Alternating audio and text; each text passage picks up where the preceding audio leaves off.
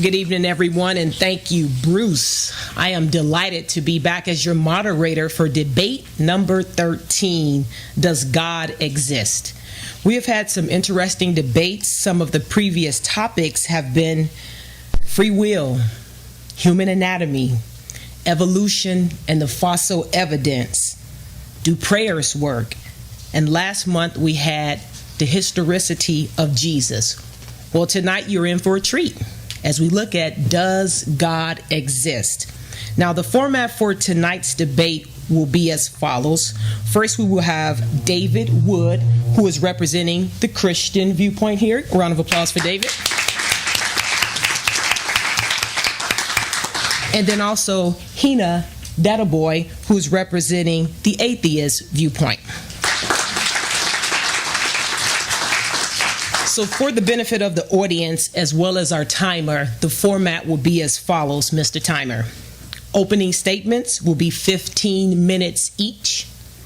Then we will have first rebuttals at 10 minutes each. Second rebuttals, 10 minutes each. And then conclusions at 10 minutes each.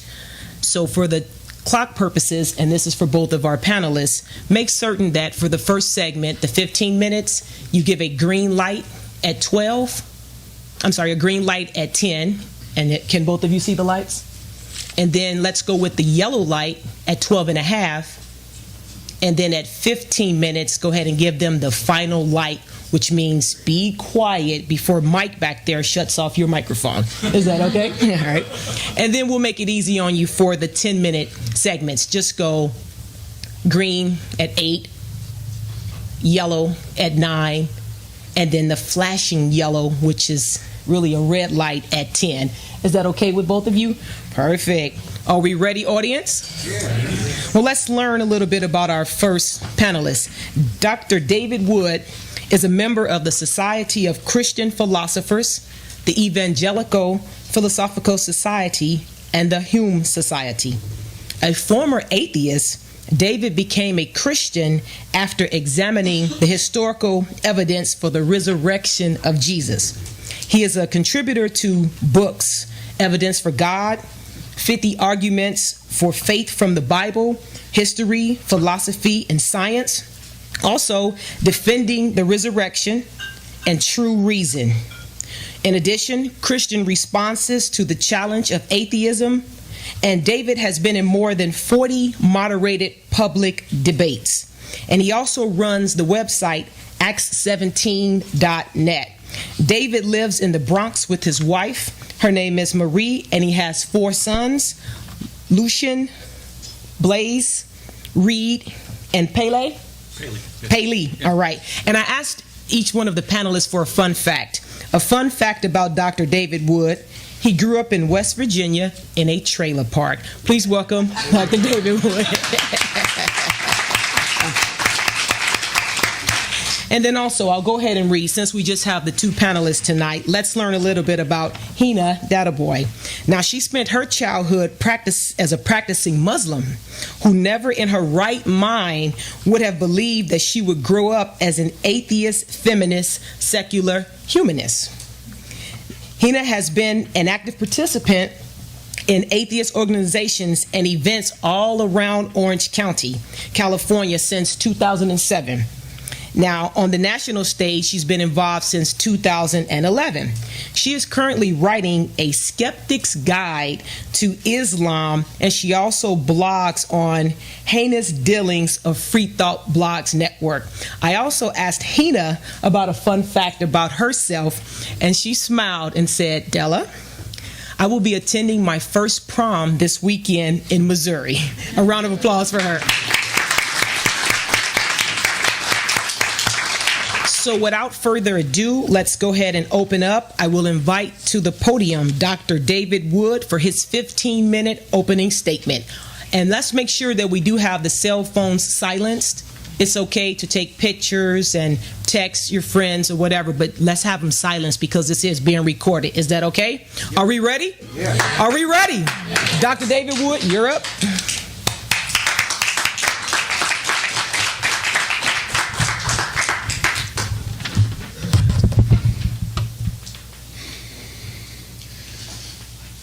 Well, good evening. I'd like to thank Christian Century Toastmasters Club and Backyard Skeptics and Huntington Beach Community Church for arranging this debate. The French writer Joseph Joubert said that it's better to debate a question without settling it than to settle a question without debating it. I hope we can settle the question of God's existence tonight, but at the very least we'll debate it. I'd also like to thank Heina for representing the atheist position.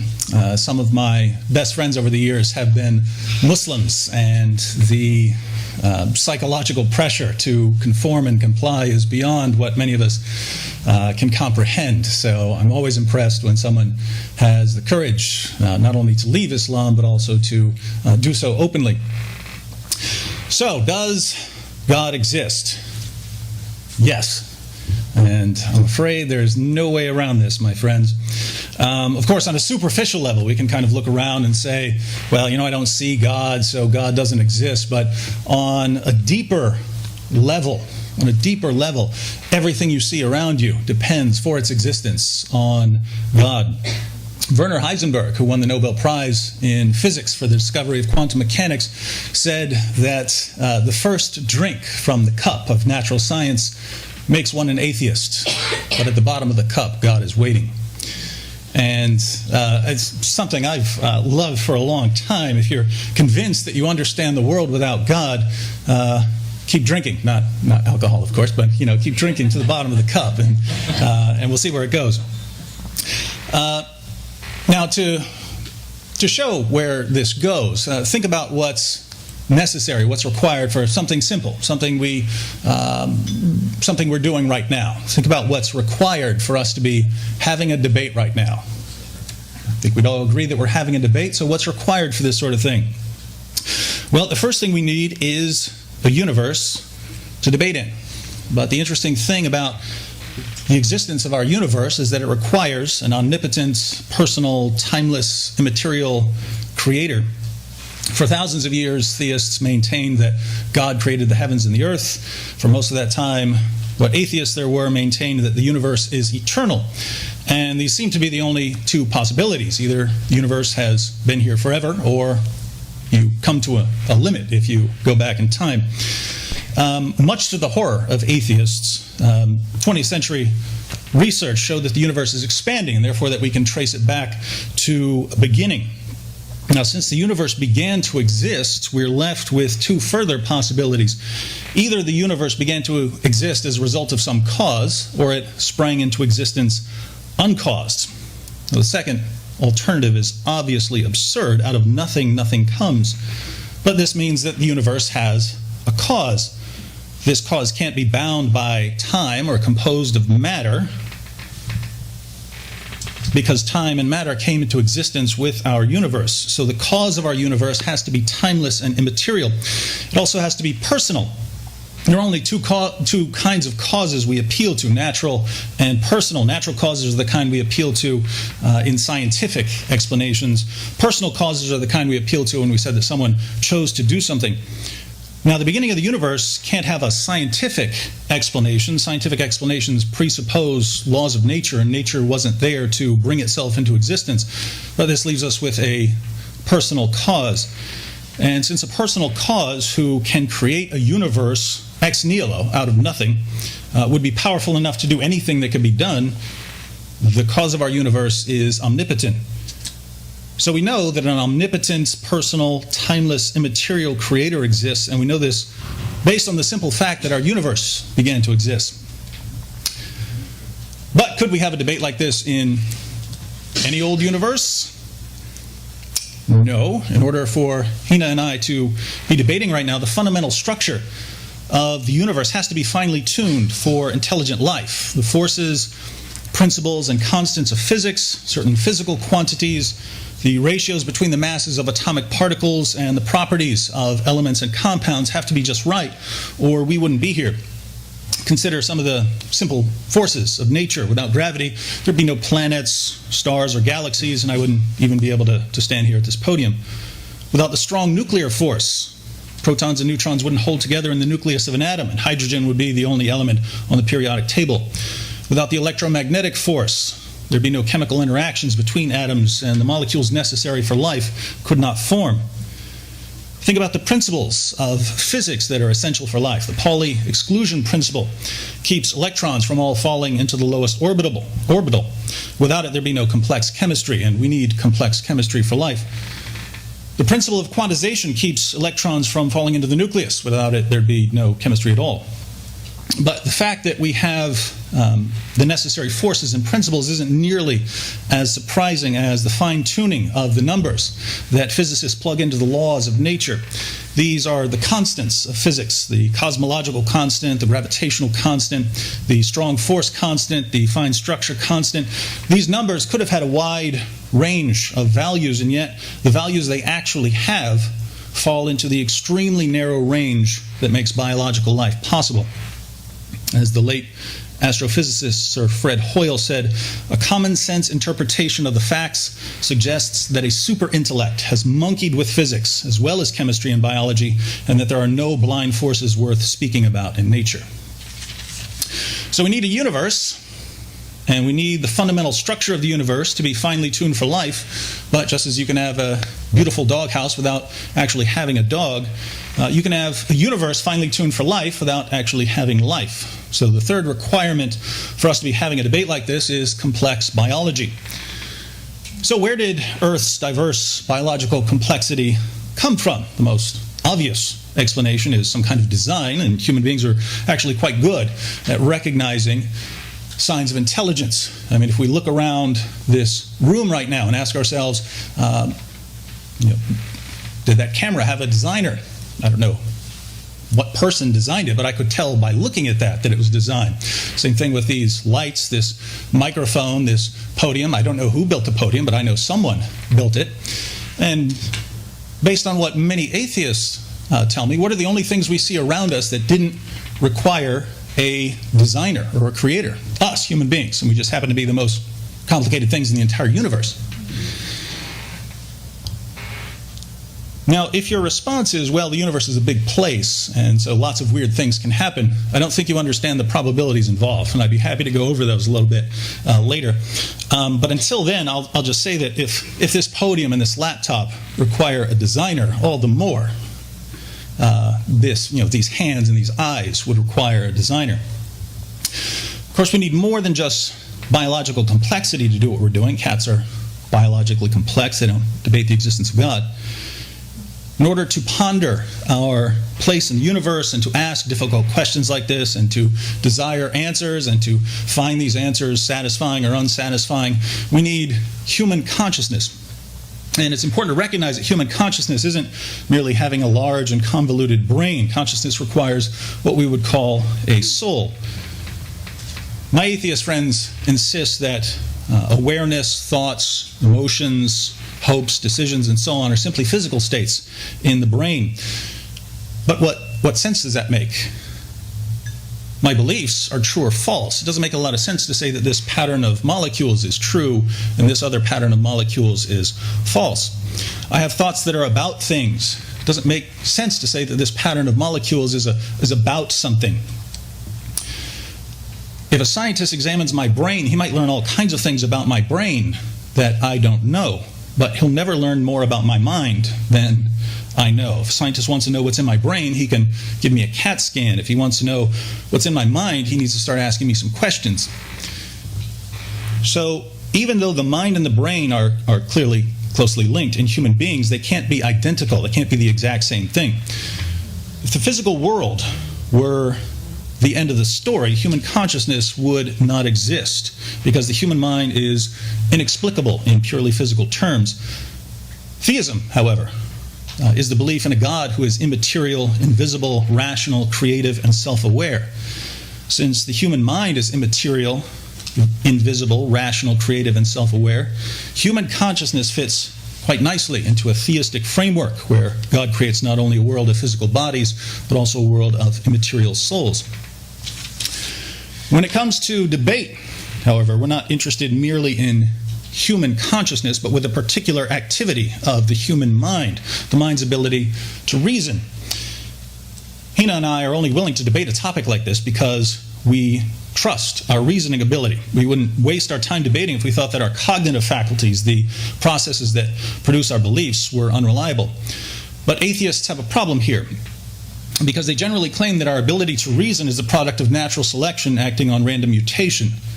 Natural selection, of course, favors traits that help organisms survive and reproduce. So if human reasoning evolved naturally, it's because it helped humans to survive and reproduce. Would this give us a basis for trusting our reasoning ability when it comes to questions of theology or philosophy? No. At best, our cognitive faculties would be reliable when it comes to finding berries or using a spear against an enemy or doing something to attract a mate. Interestingly, Darwin himself noticed this problem. Towards the end of his life, he said, "With me, the horrid doubt always arises whether the convictions of man's mind, which has been developed from the mind of the lower animals, are of any value or at all trustworthy. Would anyone trust in the convictions of a monkey's mind, if there are any convictions in such a mind?" Compare this with theism. If theism is true, our cognitive faculties aren't simply the product of natural selection acting on random mutation, and they serve a greater purpose than finding food. So our ability to reason about the existence of God makes perfect sense on my world's view, but it doesn't make a lot of sense on atheism. This means that if atheists want us to take their arguments seriously, they'll need to give us an explanation consistent with atheism, which accounts for the reliability of human reason. Until they do, I'll have to regard their claims as incoherent and self-refuting. Finally, as we debate the existence of God, our reasoning is governed by certain logical truths, the law of non-contradiction, the law of excluded middle, various valid argument forms, and so on. When Heina and I present arguments, we're presupposing that there are logical absolutes, rules of reasoning that cannot be violated. If I say God exists and Heina says God doesn't exist, we can't both be right. Because if you say we're both right, you'd be saying that God both exists and doesn't exist, and this would violate the law of non-contradiction. A statement can't be both true and false at the same time in the same sense. But what are logical laws? They're not material objects. You don't learn about them through the senses. You can't see them, hear them, touch them, taste them, or smell them. You'll never find them with a telescope or a microscope. You learn about laws of nature by you learn about laws of nature by making observations and forming generalizations. That's not how you learn about laws of logic. Logical laws are abstract and conceptual. They're concepts. Concepts exist in the mind. The law of non-contradiction was true before there were any human beings. So the law can't just exist in the mind of humans. If all human beings died tomorrow, it would still be true. In fact, the laws of logic would be true in any universe, not just ours. So the laws of logic transcend time, space, matter, and all human minds. They're invariant, unchanging, and eternal. But if logical laws transcend our world, and if logical laws only exist in a mind, there must be a mind that transcends our world. And we call this mind God. Putting all of this together, we see that in order for Heina and I to be having this debate, we need a universe to debate in, finely tuned laws of nature, complex biology, human consciousness, reliable cognitive faculties, and access to logical laws. The existence of our world requires a powerful, personal, timeless, immaterial creator. Fine-tuning and biological complexity require an intelligent designer. Human consciousness shows that there's a world of immaterial, invisible, rational, creative, and self-aware beings that supports theism and falsifies naturalism. The reliability of our cognitive faculty shows that they have a higher origin than naturalism can provide, and theism gives us this higher origin. Since logical laws transcend our world and only exist in a mind, there has to be a mind that transcends our world. What does all of this mean? It means that even in debating the existence of God, God has to exist. Since debating the existence of God requires the existence of God, and we're debating the existence of God, I'd say God must exist.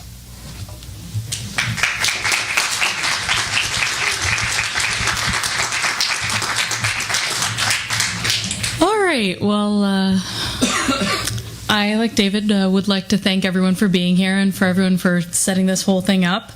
I will say that we are anomalous among theists and atheists doing debates like this because, as one of my Christian friends says, see, I can have friends from other beliefs too.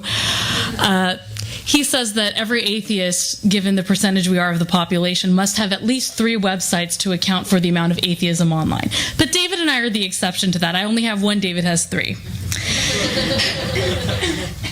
Now, I will not tell you that there isn't any way around my argument because I am far more comfortable with uncertainty, I think, than David is.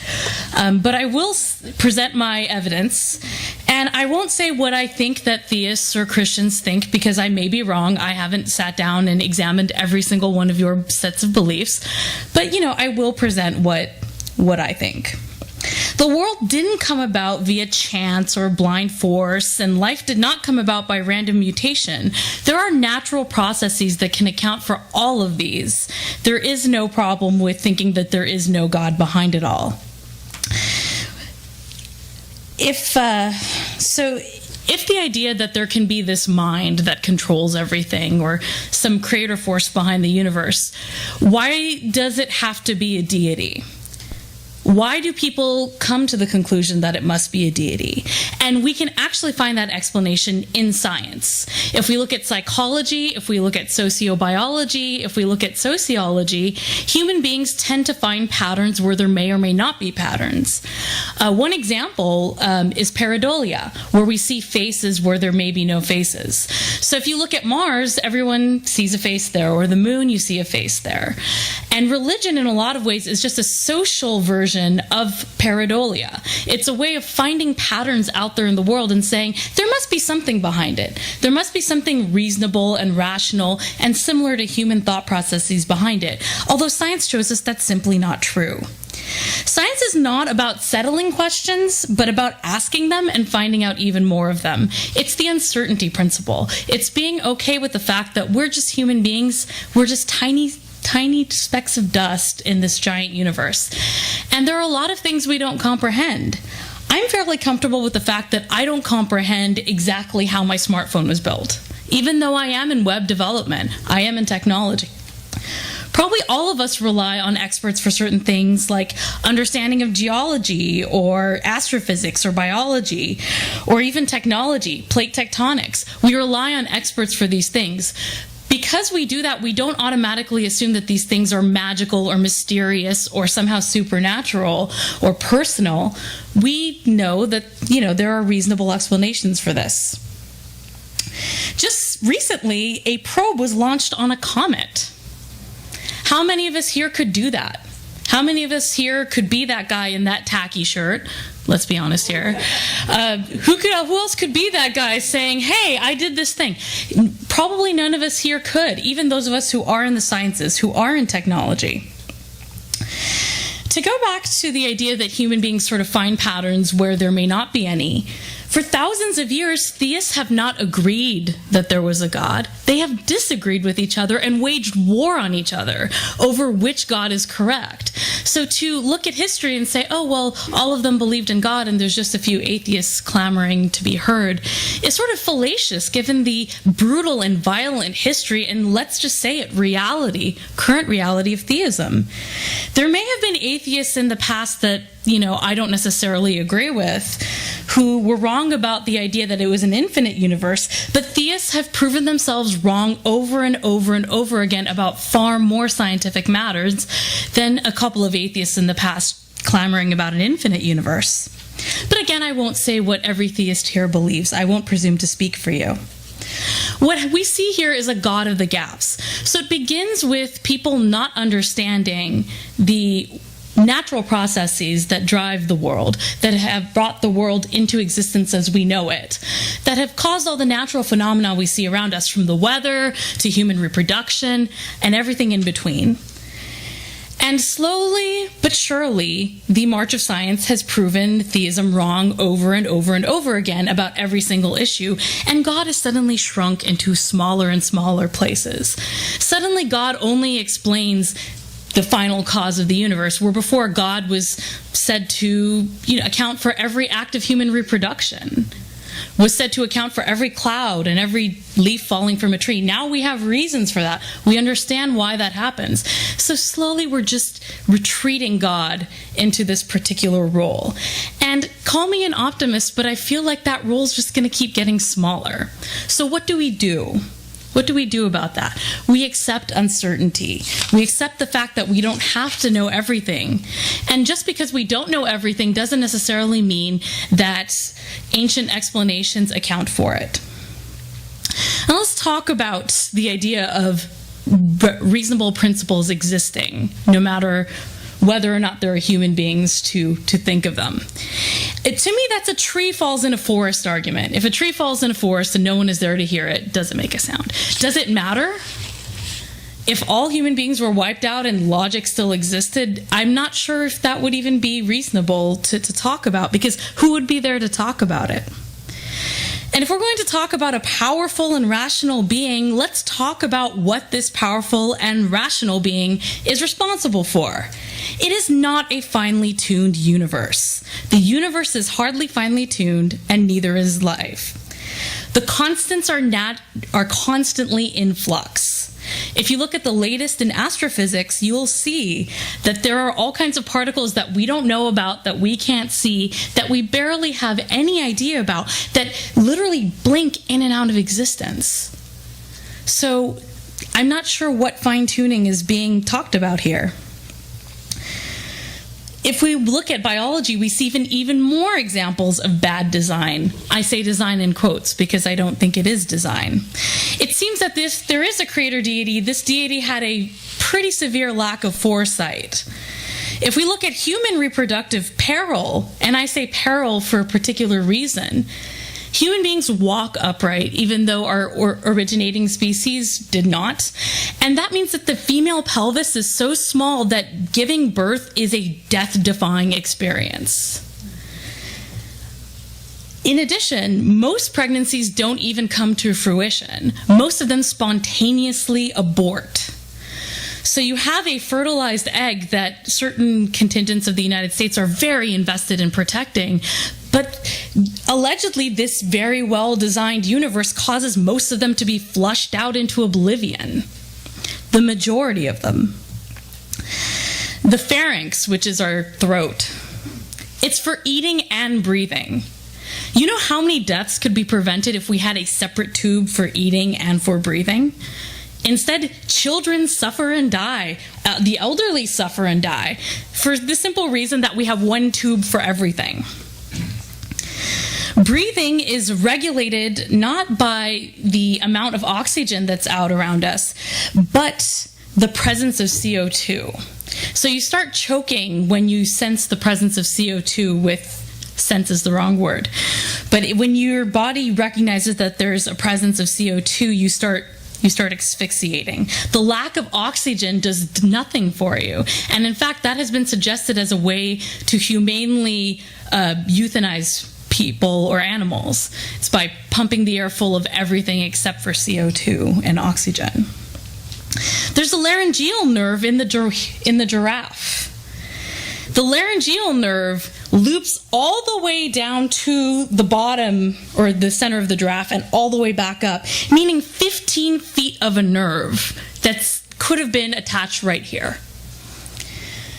The most sensitive nerve bundles for pleasure in the human being don't facilitate reproduction. In the human female, they are external, and in the human male, they are internal in a place most people don't want to go. Not knowing doesn't mean that we do know what we think sounds reasonable. I think it is perfectly reasonable for me to say that we are both right on some level. You are right in that you have a particular belief that guides your life and you feel it is real. As long as you don't impose that in my life, I don't necessarily have a problem with it. But I don't have that belief. Consciousness is not a proof of a soul either. Consciousness, or what we call consciousness, can be manipulated, can be gotten rid of, can be stimulated in certain directions. Out-of-body experiences, feelings of going to heaven and meeting one's relatives, that can be induced with certain electrical shocks and chemicals. It's not that difficult. There is no inherent meaning in the chemical symbols in or signals in our brain. There is no inherent meaning in them, but we do interpret them. They are a part of our biology. They are a part of our bodies. Debate is not a product of some perfectly well-designed universe. Debate is a product of the fact that human history has existed for thousands of years, and that we have recorded history, and that we are standing on the shoulders of giants. And we have the luxuries of living in a well-developed society. Debate didn't happen when we were on a savanna hundreds of thousands of years ago. Debate happens when we have other people to do certain jobs and we're highly specialized, and so I'm able to leave my job, which I do a job that doesn't even produce anything physical, and come here and have a debate. I choose to focus on human accomplishment. I choose to look at human history, and you can find all the explanations there for everything that you need. You don't need to go into some sort of supernatural realm in order to see where human knowledge comes from, where this debate comes from, where consciousness comes from. And frankly, the lack of design that is betrayed by a lot of the problems that exist in human and other animal biologies is enough to question this idea that there is a powerful and a rational deity.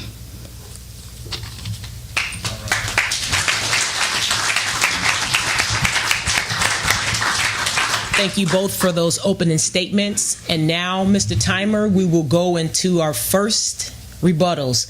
And also, for the benefit of the audience, we will have time for question and answer at the end. So what we'll do, Mr. Timer, 10-minute first rebuttals, 10-minute second rebuttals, and then we'll have 10-minute conclusions. After that, a 5-minute break to set up the camera and mic stand for the audience, and then we'll have a free fall of questions. Is that okay? All right, so now with the first rebuttals, let's invite Dr. David Wood back to the podium.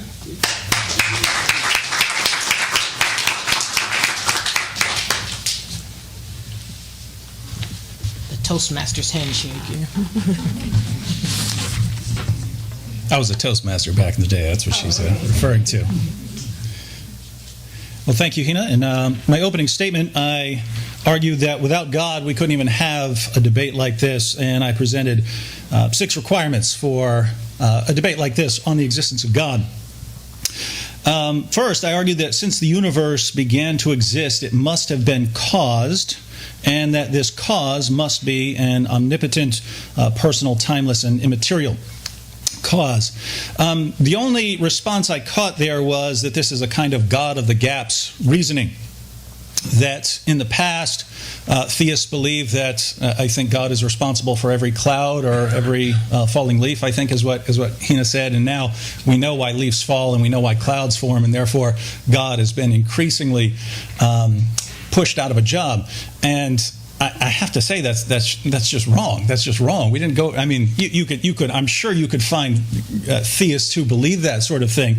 But the major things that you would appeal to for obvious evidence of a creator would be the beginning of the universe or design in nature and so on. And I don't see how any of those have been reduced over the years. I think there's a much better argument now that we know about how cells work and how DNA works and how the requirements to have a living organism. I think we have a much better argument for design and, let's say, biology than we did back in the day when it was just looking around and saying, look, there's a lot of life around here. It's really, how could this happen? So I think we have much better, especially now because we can look at actual probabilities.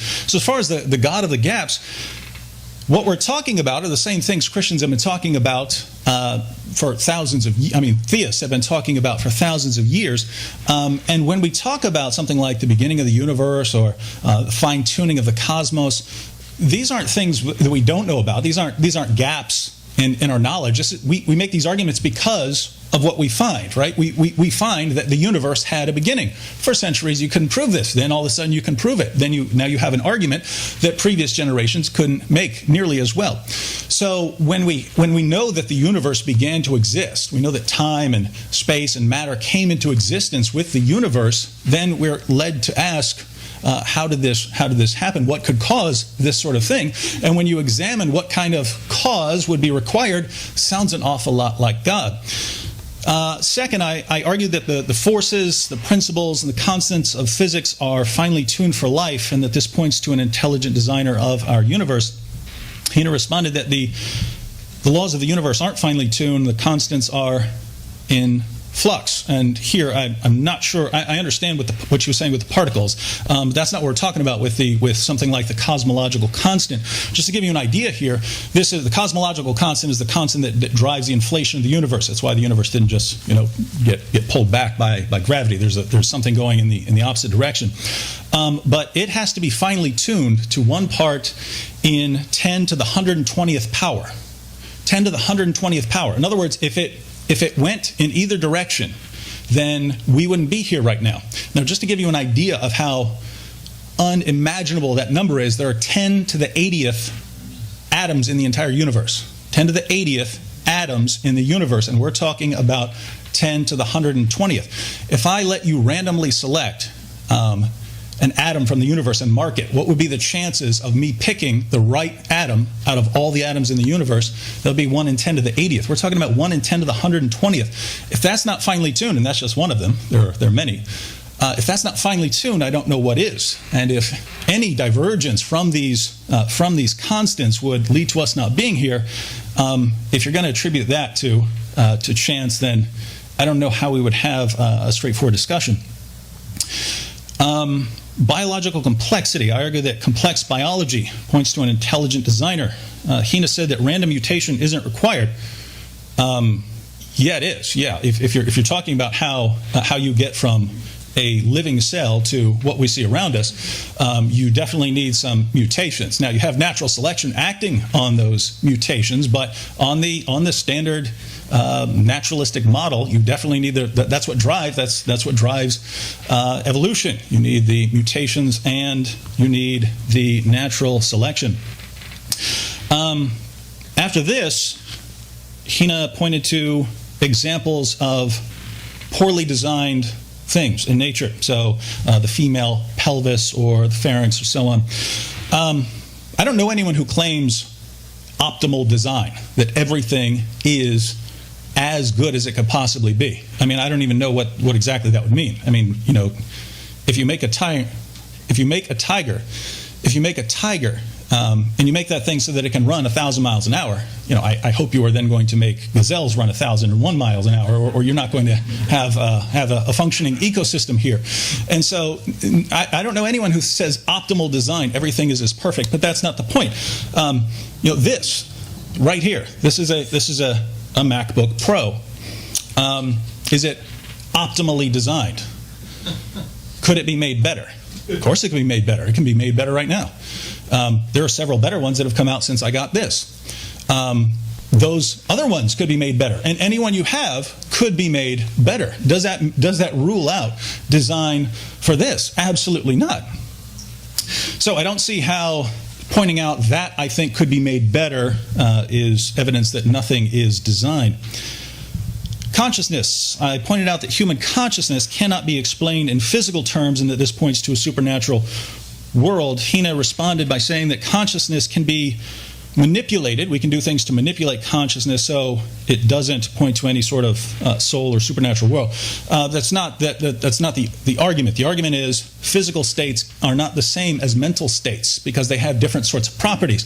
If they have different properties, they are not identical. If they're not identical, then one is not the other.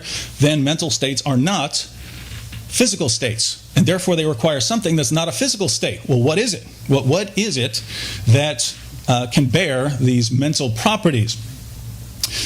Fifth, I argued that if atheism is true, we have no reason to trust our reasoning ability. If I don't know if I missed a response to this, I didn't catch one. Maybe she can remind me. But since Heina and I obviously trust our reasoning ability enough, I mean, she's mentioned several times that we learn as we go on, and we do scientific investigation and so on.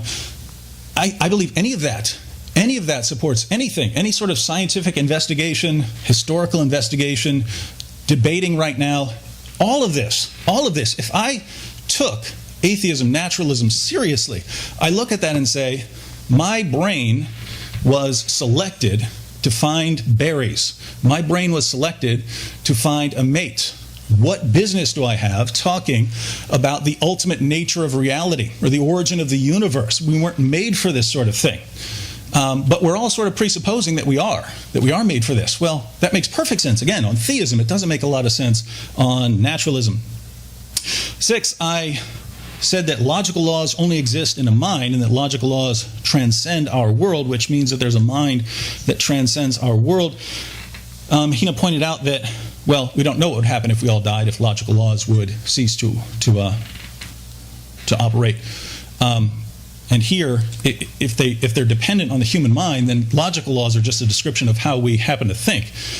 And if that's the case, if that's all logical laws are, they're just a description of the way human beings think that would not apply if we didn't do them, then it's just sort of a description of the sort of things that we developed into, and then this is just how we think. The logical laws aren't anything that apply outside of us. They're just a description of how we think. Well, if that's the case, think about it. Again, going back to the argument from reason. If our mental faculties were selected to help us survive and reproduce, that doesn't give us a lot of reason to trust these laws that we treat as unchanging and just necessary for rational thought. And so if we now throw out logical laws as just descriptions of the way we happen to think, there goes all argument, there goes the debate. So Heina says that debate doesn't require a perfectly designed universe. I agree. It doesn't require a perfectly designed universe. I have no idea what a perfectly designed universe would look like. What it does require is a universe, and that points to a cause of the universe. It requires a finely tuned universe, because we wouldn't be here without a finely tuned universe. It requires complex biology, because without that, there'd be no creatures to be doing it. It requires human consciousness. It requires human reasoning ability, reliable cognitive faculties, and it requires logical laws. But all of these things, if we took the naturalistic picture of the world seriously, all of this is, I'd say, in question, to say the least. But I would just say that our experience and what's going on right now would be incomprehensible on atheism.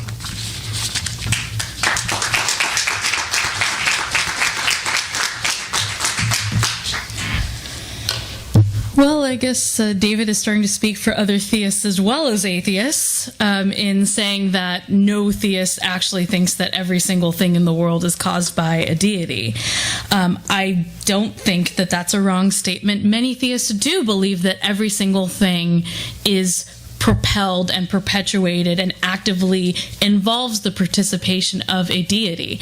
And I noticed he did slip up and say Christians instead of theists, so with that, I hope you'll indulge me in quoting from what I believe is a holy scripture about sparrows falling and deities being in control of every single even little birdies on trees. And since apparently we're going with 6 premises to which I did not agree prior, I will go with them.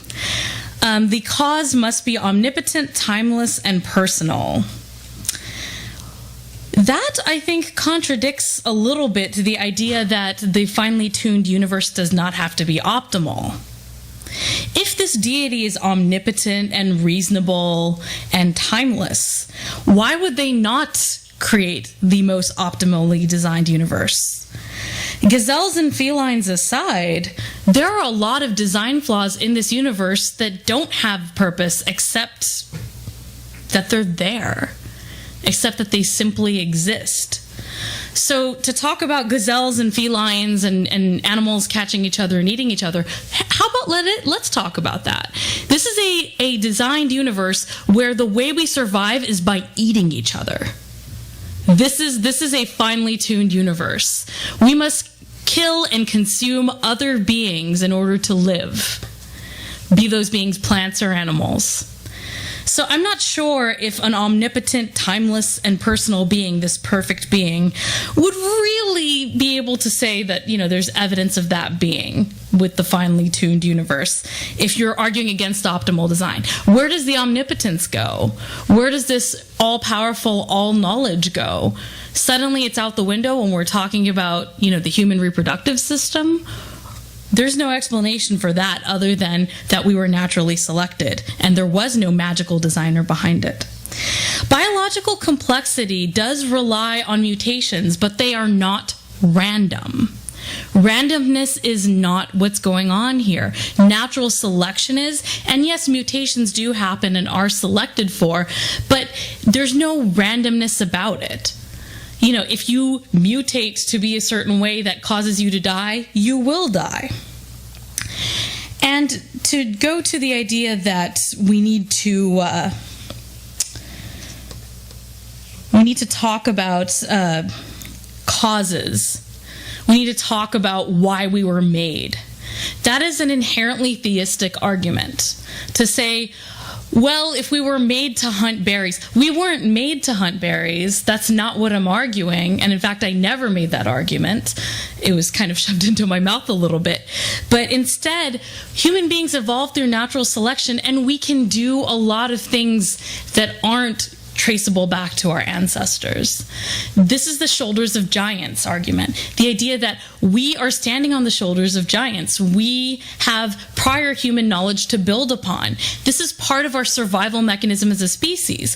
Contrary to what David was arguing, that we evolved to pick berries and reproduce, human beings evolved this consciousness that is incredible and is not to be, denigrated in any way, I think. We have this large brain, and we have sacrificed a lot, evolutionarily speaking, for this large brain, including, adding peril to childbirth because of the giant heads of our babies. But a lot of what we do is based on consciousness. We're born naked, screaming, and helpless, right? We rely on each other as a species. We are a social species. And we are far from the only social species, especially if you talk about mammals. There are many mammalian species that rely on each other to exist. And we have the most complex societies of all of them. And that is partially because we're able to do this. We're able to reach out to each other. We're able to do that. As far as mental versus physical states, there is no proof of a mental state that is disparate from a physical state other than what people say they think. So you can say, oh, I have a mental state, and it's different from my physical state, but we can say your mental state is being caused by this physical state. You are hungry because leptin is being released. You may say, oh, that's a separate feeling, that's a feeling I have, that's a thought I have. There's no need to attribute that to something other than the physical cause, except for, the human tendency to think we're special and find patterns and everything.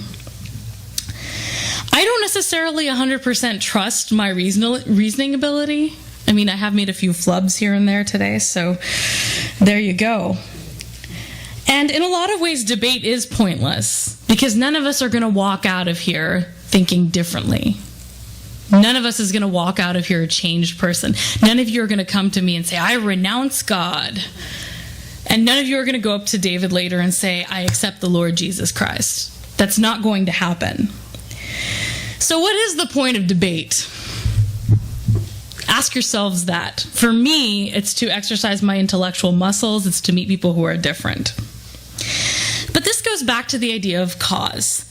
I feel like those who believe in theism, those who feel the need to have a dogma in their lives, do feel a need to attribute a supreme cause to everything, from the universe to a simple debate here today. When in reality, we have created these meanings. We have created these meanings for ourselves. And even theists disagree about what the meaning is. There are theists who would disagree that this debate's a good idea at all. There are theists from my past who would say that this debate is downright sinful because men and women are sitting together and I'm uncovered. So to say that, there must be this particular cause is sort of fallacious, because theists all disagree as well. All right. So to go back to that consciousness argument, consciousness can be manipulated physically. I'm not saying that we can manipulate your physical state and then your mental state is something separate that's manipulated. They are one and the same.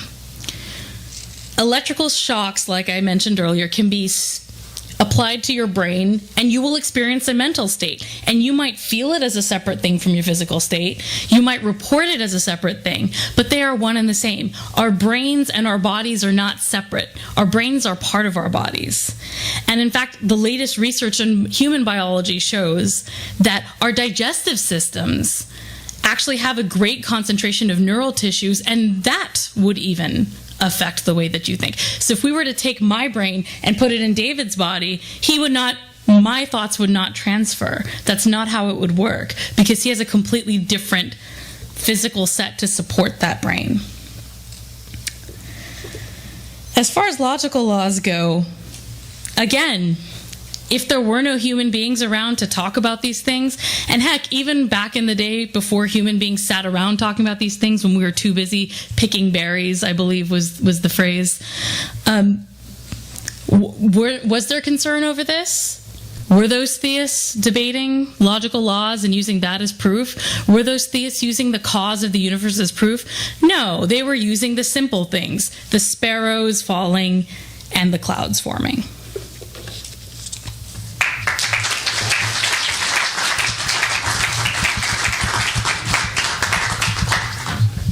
Thank you very much for those first round of rebuttals. And also, if some of your friends missed the debate tonight, let them know it will be streamed in 1 week at backyardskeptics.com. I did receive word that this one is not live right now, but that's okay. You'll have the sneak peek preview and your friends can see it later. And now, Mr. Timer, we will go to our second round of rebuttals. And again, this segment will be 10 minutes. So we will invite Dr. David Wood back to the podium.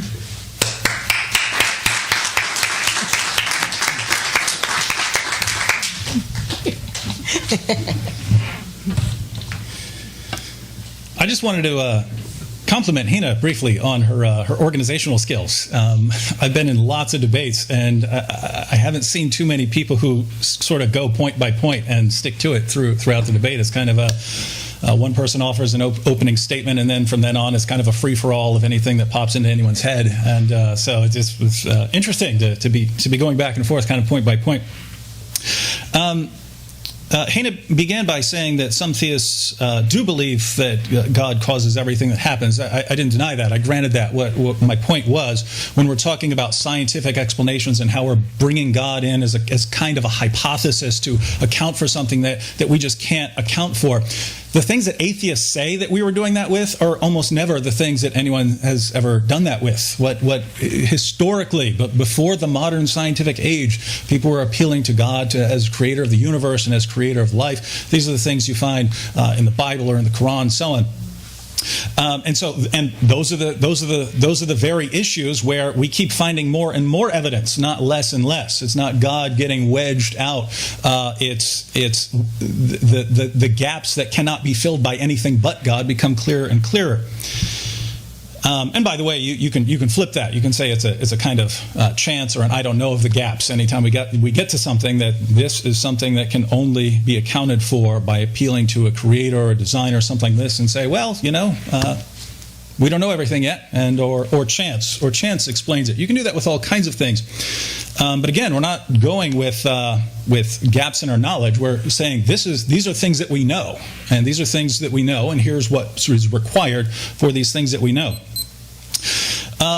As far as the origin of the universe or the fine-tuning of the universe and biological complexity, the sort of response that was kind of put into all of these is, if God is omnipotent, why not make a better universe?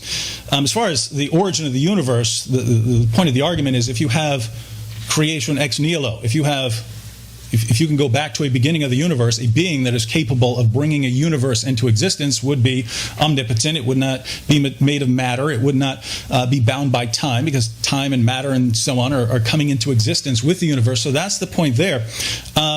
But if you're going to say, well, I can imagine how God could make it better, God could do this or God could do that, I'd like to know what atheists mean here, because now we're on a completely different argument, which is something else that I would say is required by us even having this conversation, having this debate. If Heina is pointing out that she can spot things that are wrong with our universe, and that a truly omnipotent being would be required to do if this being is really good, on what basis, right? In other words, think about this. If we're just going with sort of nature, the natural world, we kill and slaughter each other all the time. We see this. We know how this works. That's the world we live in. We have no experience of a world other than the world we live in. So how do we know this would be better if this were some other way? We're presupposing a kind of moral law here. Where do we get that? You don't get it on naturalism. In other words, let me put this differently. Given a naturalistic framework, where do we get our moral values, the things we appeal to and say, this is what a good being must do, and that is something a good being must not do? Where do we get that? You only have two ways. You only have two directions you can go to as a naturalist. You can say that certain patterns of thinking and values are sort of hardwired into us by the evolutionary process. So certain features of our ancestors helped them survive and reproduce, so a kind of herd instinct, helping out other members of the herd. Or you can say it's got something to do with society. So society indoctrinated us into thinking that this is right and that is wrong. Which one of those do you get to apply as some sort of objective standard that would apply even to God? And the answer is, if you really take your own worldview seriously, you couldn't apply either one of those and say this is what a deity would have to do. It would make no sense to say, here's what we're hardwired to do biologically, and therefore those are the rules that God must follow. I mean, a lion will enter into pride and kill off the children that were there previously. You don't say, well, if that's what helps that lion pass on its offspring and its genetic material, therefore it's the right thing to do. Well, if we developed in the manner that we're told by the naturalistic worldview, what sense would it make? What sense would it make to say, well, here's the way we think, and here's how we do things. This is what we're hardwired to do. Therefore, if God exists, that's what God must do. And similarly, if you're going to say, it's societal indoctrination, we hear as we're raised what our society tells us is right and wrong. That's not objective either. That's nothing you could apply to God. One society says do one thing, one society says to do something completely different. So atheists just don't have anything in their worldview that they can say, here's my worldview, but if God existed, here are the things that would apply to him. But we're all, and atheists in general, it's very rare. You find plenty of atheist philosophers and so on who will go on to say things like that. But among your average atheists, very quick to say, this is what God should have done this, and he should have done that, and should have done this, and should have done that. And so we all have these sort of rules that we understand, that we are so confident in. We will say, these apply even to God. And what does that require? One, it requires that there are moral absolutes. You don't have them on that. You don't have moral absolutes on naturalism. So even in making the argument, you're presupposing an absolute moral standard. And you're assuming our knowledge, our access to them.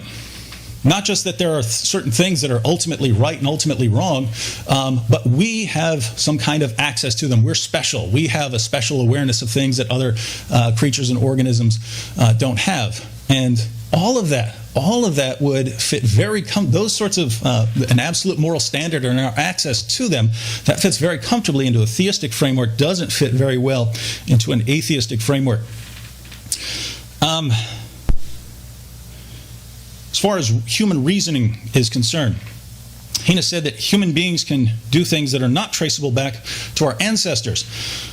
Well, we do, but as far as the structures of our physical structures and so on, there's only one way that sort of thing arises in naturalism, right? It's survival and reproduction. Whatever helped your ancestors survive and reproduce, those are the traits and characteristics that get passed on to the offspring, and that's what we have right now.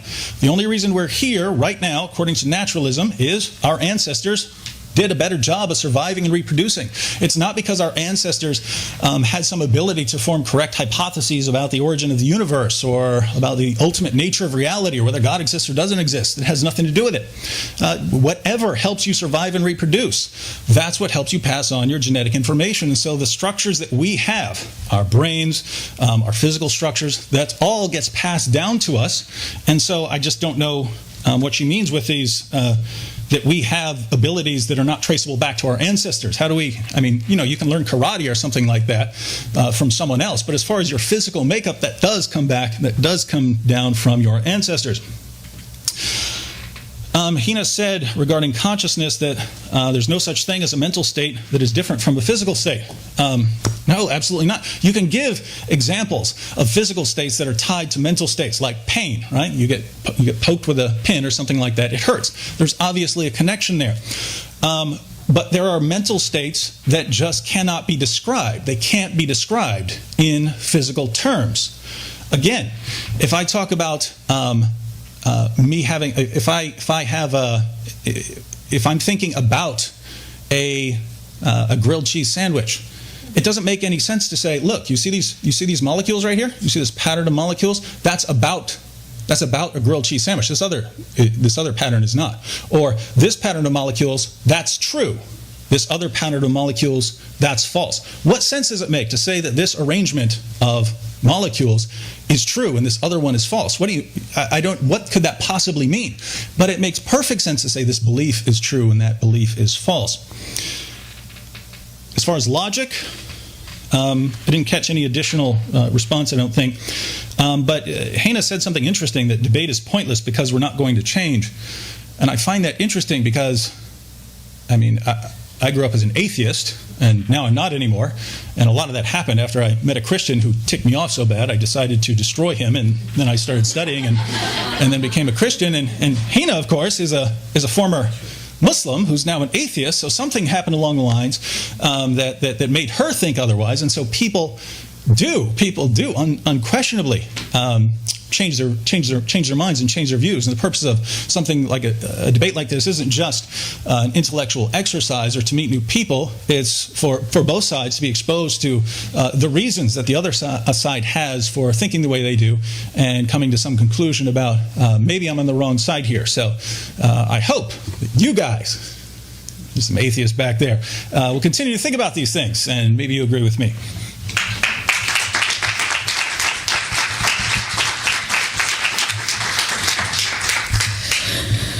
One debate is not going to suddenly flip anybody's mind.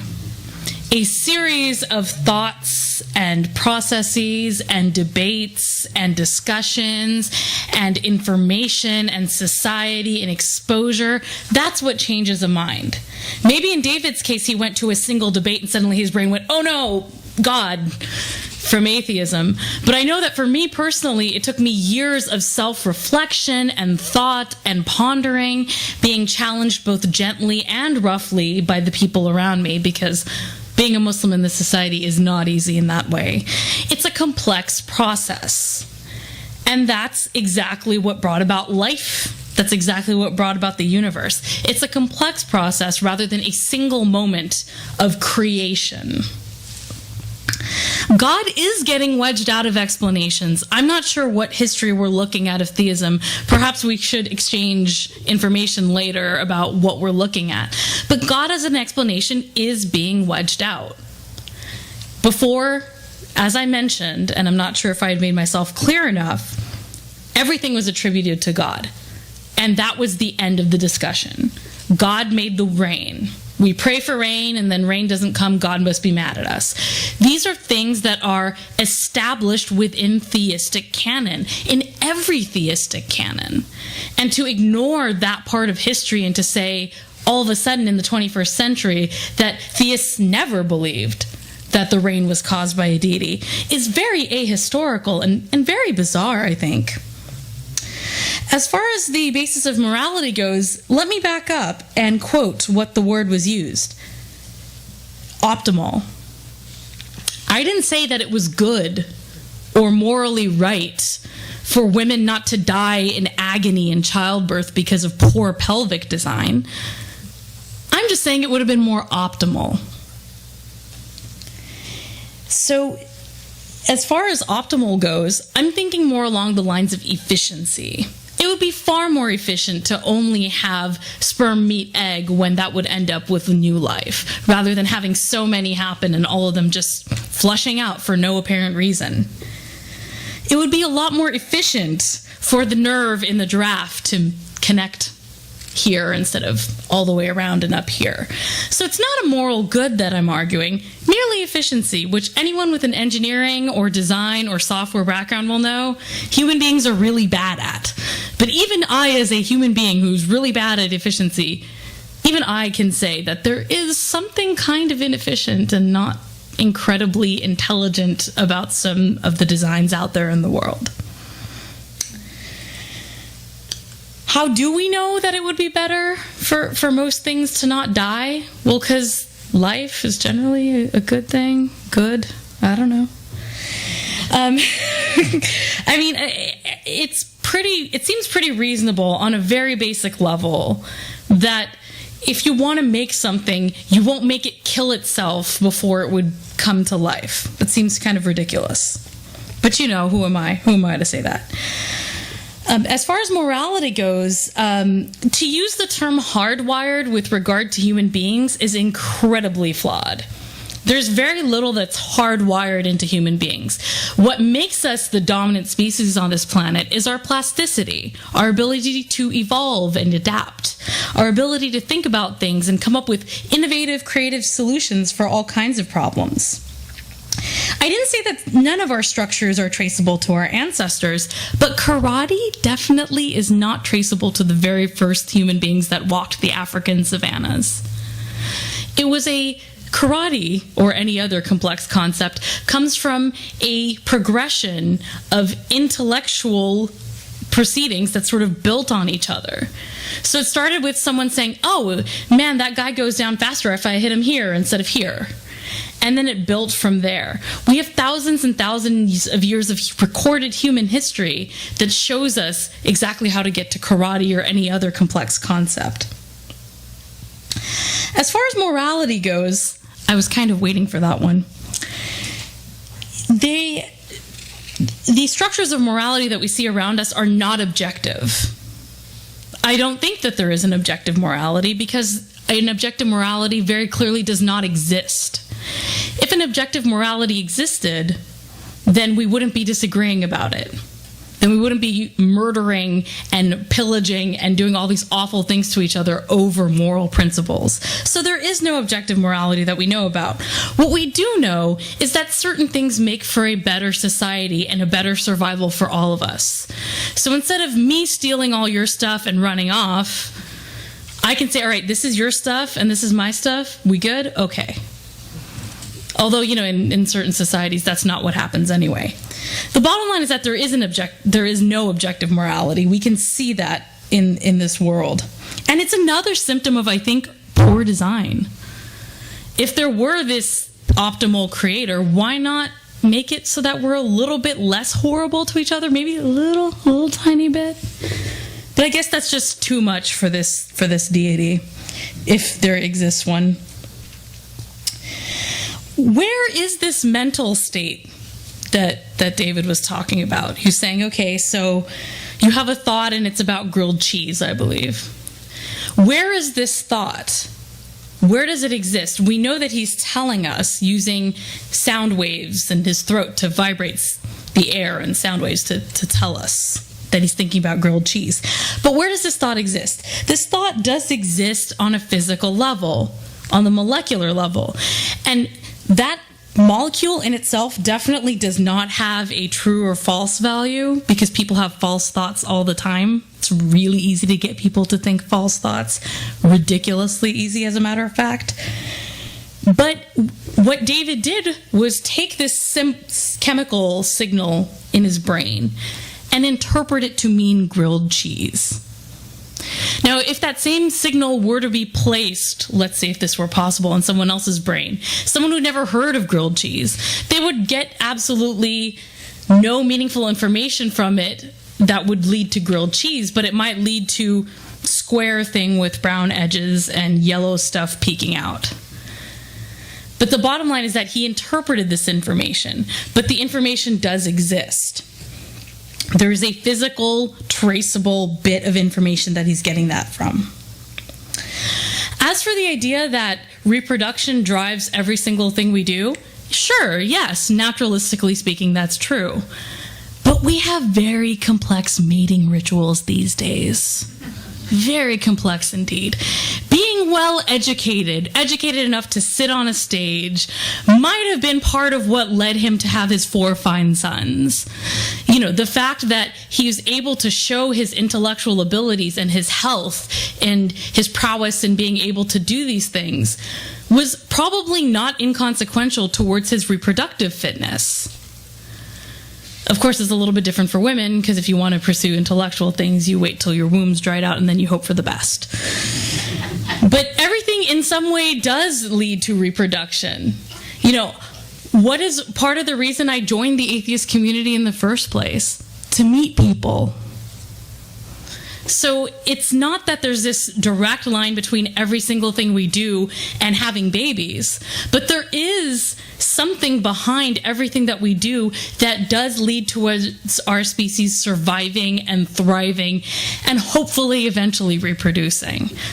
But, you know, there is no person on this planet who is at all reasonable who would say, oh, well, I'm a naturalist, and that means everything I do, every single thing I do is so that I can get someone pregnant or get pregnant. That's a very simplistic view of human psychology and biology.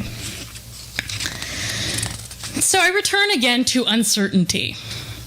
Despite what has been said tonight, theists did explain everything via their God throughout human history, theists of all religions and pretty much every religion, and that explanation has slowly been retreating. Maybe someday we will have someone who can explain away the final cause of the universe in a way that is not theistic. I don't necessarily say that I have that answer, but I can say that it's highly likely, given the progression of human history, that we are going to get there. And I'd rather be on the right side.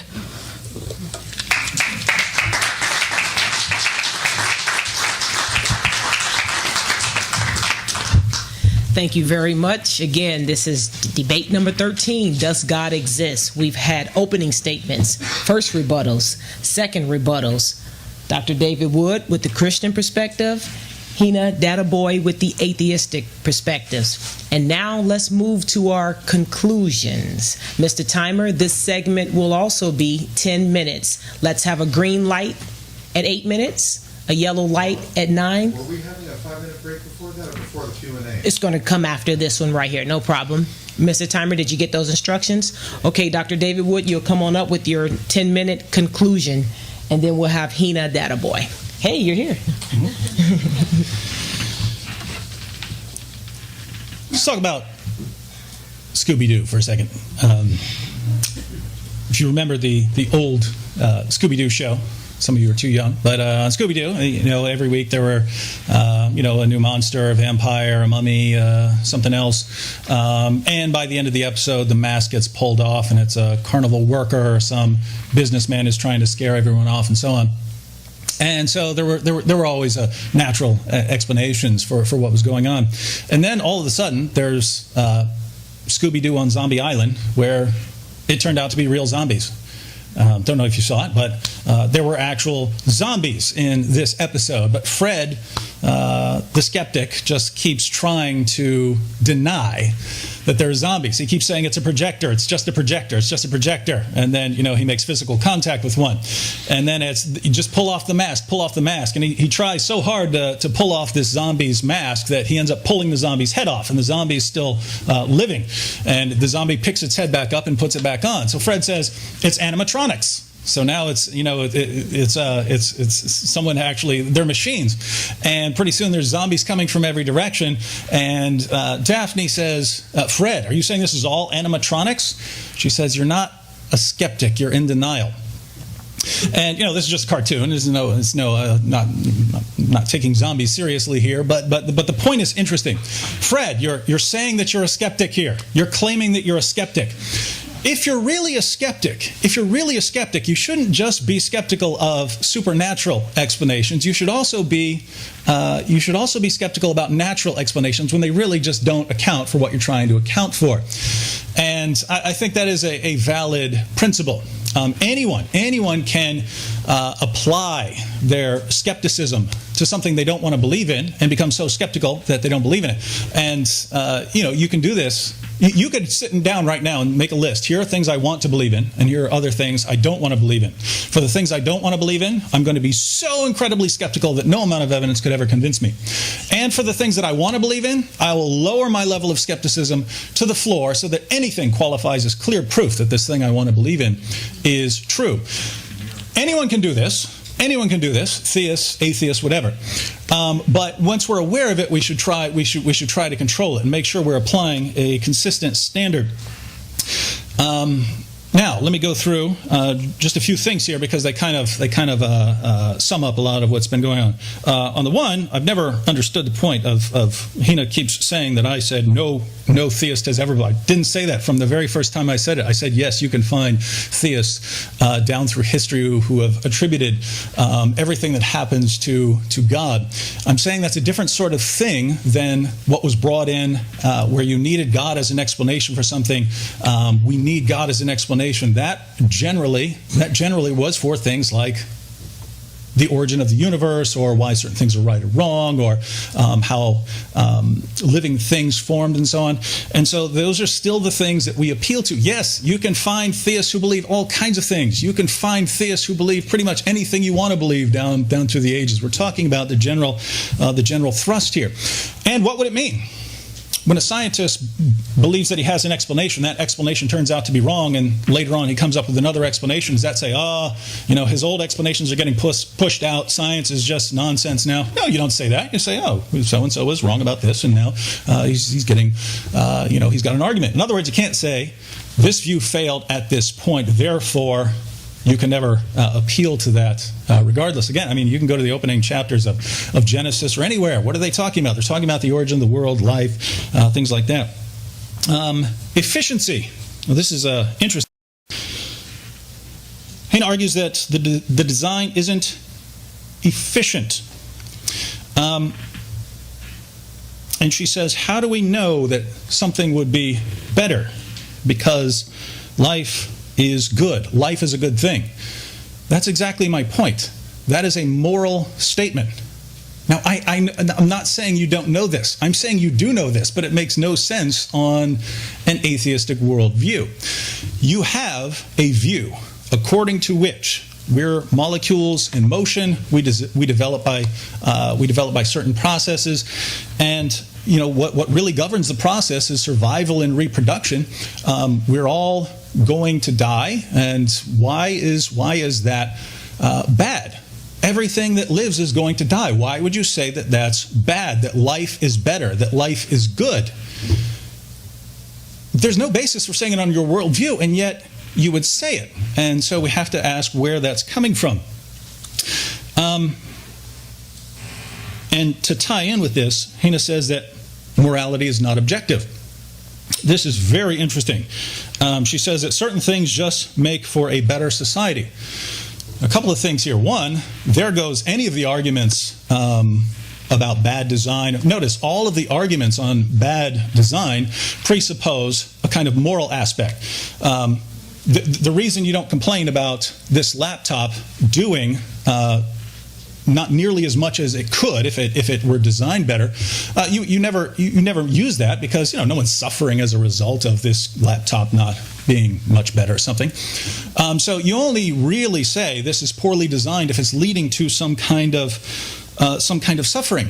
But if morality is not objective, then how do you say that anything would have to do that? In other words, we have here just a perfect example of this sort of tension, and you find this tension all over the place. Dawkins said it, for instance. So on one page, Dawkins will say that, the universe just is bottom, there's no meaning, and there's no right and wrong. It's just we're machines for propagating DNA. And then we'll go on to condemn all these sorts of things that are wrong about the world, right? And you don't notice the tension, right? And so it seems on one level you notice, hey, certain things are wrong in an objective sense, or right in an objective sense, and then turn right around when you're challenged, what's the source of that? Oh, I'm not saying there's anything that's objective about this.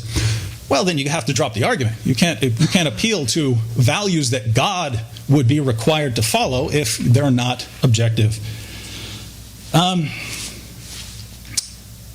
gave a good example. Well, what I mentioned that about karate. Karate, yes, you can learn things over time, but that's completely consistent with your structures and abilities having been sort of selected by natural selection over time. You have all those abilities. Yes, you can learn all kinds of things, but the things you learn have to be consistent with the sort of thing you are. You can take a bowl of oatmeal and try to make that laptop out of it. It's not going to work. But it's not the sort of thing that can become a laptop. You need something with the ability to become a laptop in order to even make it into a laptop. Similarly, you can learn karate. You can learn karate given the abilities that you are selected for. What you can't do is if you have processes, if your cognitive faculties were selected because they helped you find food and helped you find a mate, you can't then say, and they're reliable for telling me about the origin of the universe or the meaning of life or moral values and so on. It just doesn't apply. And yet, again, our atheist friends are kind of having it both ways. Here's how we developed, but we're going to argue like that's not how we developed at all. And you kind of have to pick one. Heina says, "Where's the thought that's not physical?" But then she went on to say, "Yes, those molecules do not have a truth value." That's precisely the point. If the molecules do not have a truth value, but your belief has a truth value, there's a problem there. You can't, and it seemed where she was going with this is, this is just my interpretation of this brain state. No, some of my beliefs are actually true and actually false. If they correspond to reality, they are true. If they don't correspond to reality, they are false. But it makes no sense to say, here, let's map out this brain state and map out this other brain state. They're both just these patterns of molecules. This one's true and this one's false. It's not, in other words, it's not it makes perfect sense to apply to one and not to the other. The point here is, if two things are identical, if they're the exact same thing, then they have the same properties. They can be described in the same way. Water, H2O, two different terms, but they have the exact same properties. That's how you know they're the same thing. If you're talking about mental states and physical states in your brain, they don't have the same properties and can't be described in the same way, and they can't therefore be identical. If they're not identical, then your mental states can't be completely described in terms of the physical, and they require something else. In naturalism, there is nothing else. You've got nothing else. You've got particles in motion. That's what you have. You have particles in motion. You have natural laws. You have time and space. If mental states cannot be described in those terms, then you need more in your worldview. I have something more in my worldview. And finally, I think Heina's misunderstood when I'm talking about reproduction. She's saying, I say reproduction drives everything we do. That's not the point of that at all. The point of the reproduction is, everything that you are now was because of the way your ancestors were in terms of your physical structures. And so if that's the case, according to naturalism, then you can't then say you have these abilities, physical abilities, that your ancestors didn't have. And Heina concluded by saying she'd rather be on the right side, but what is right on her worldview?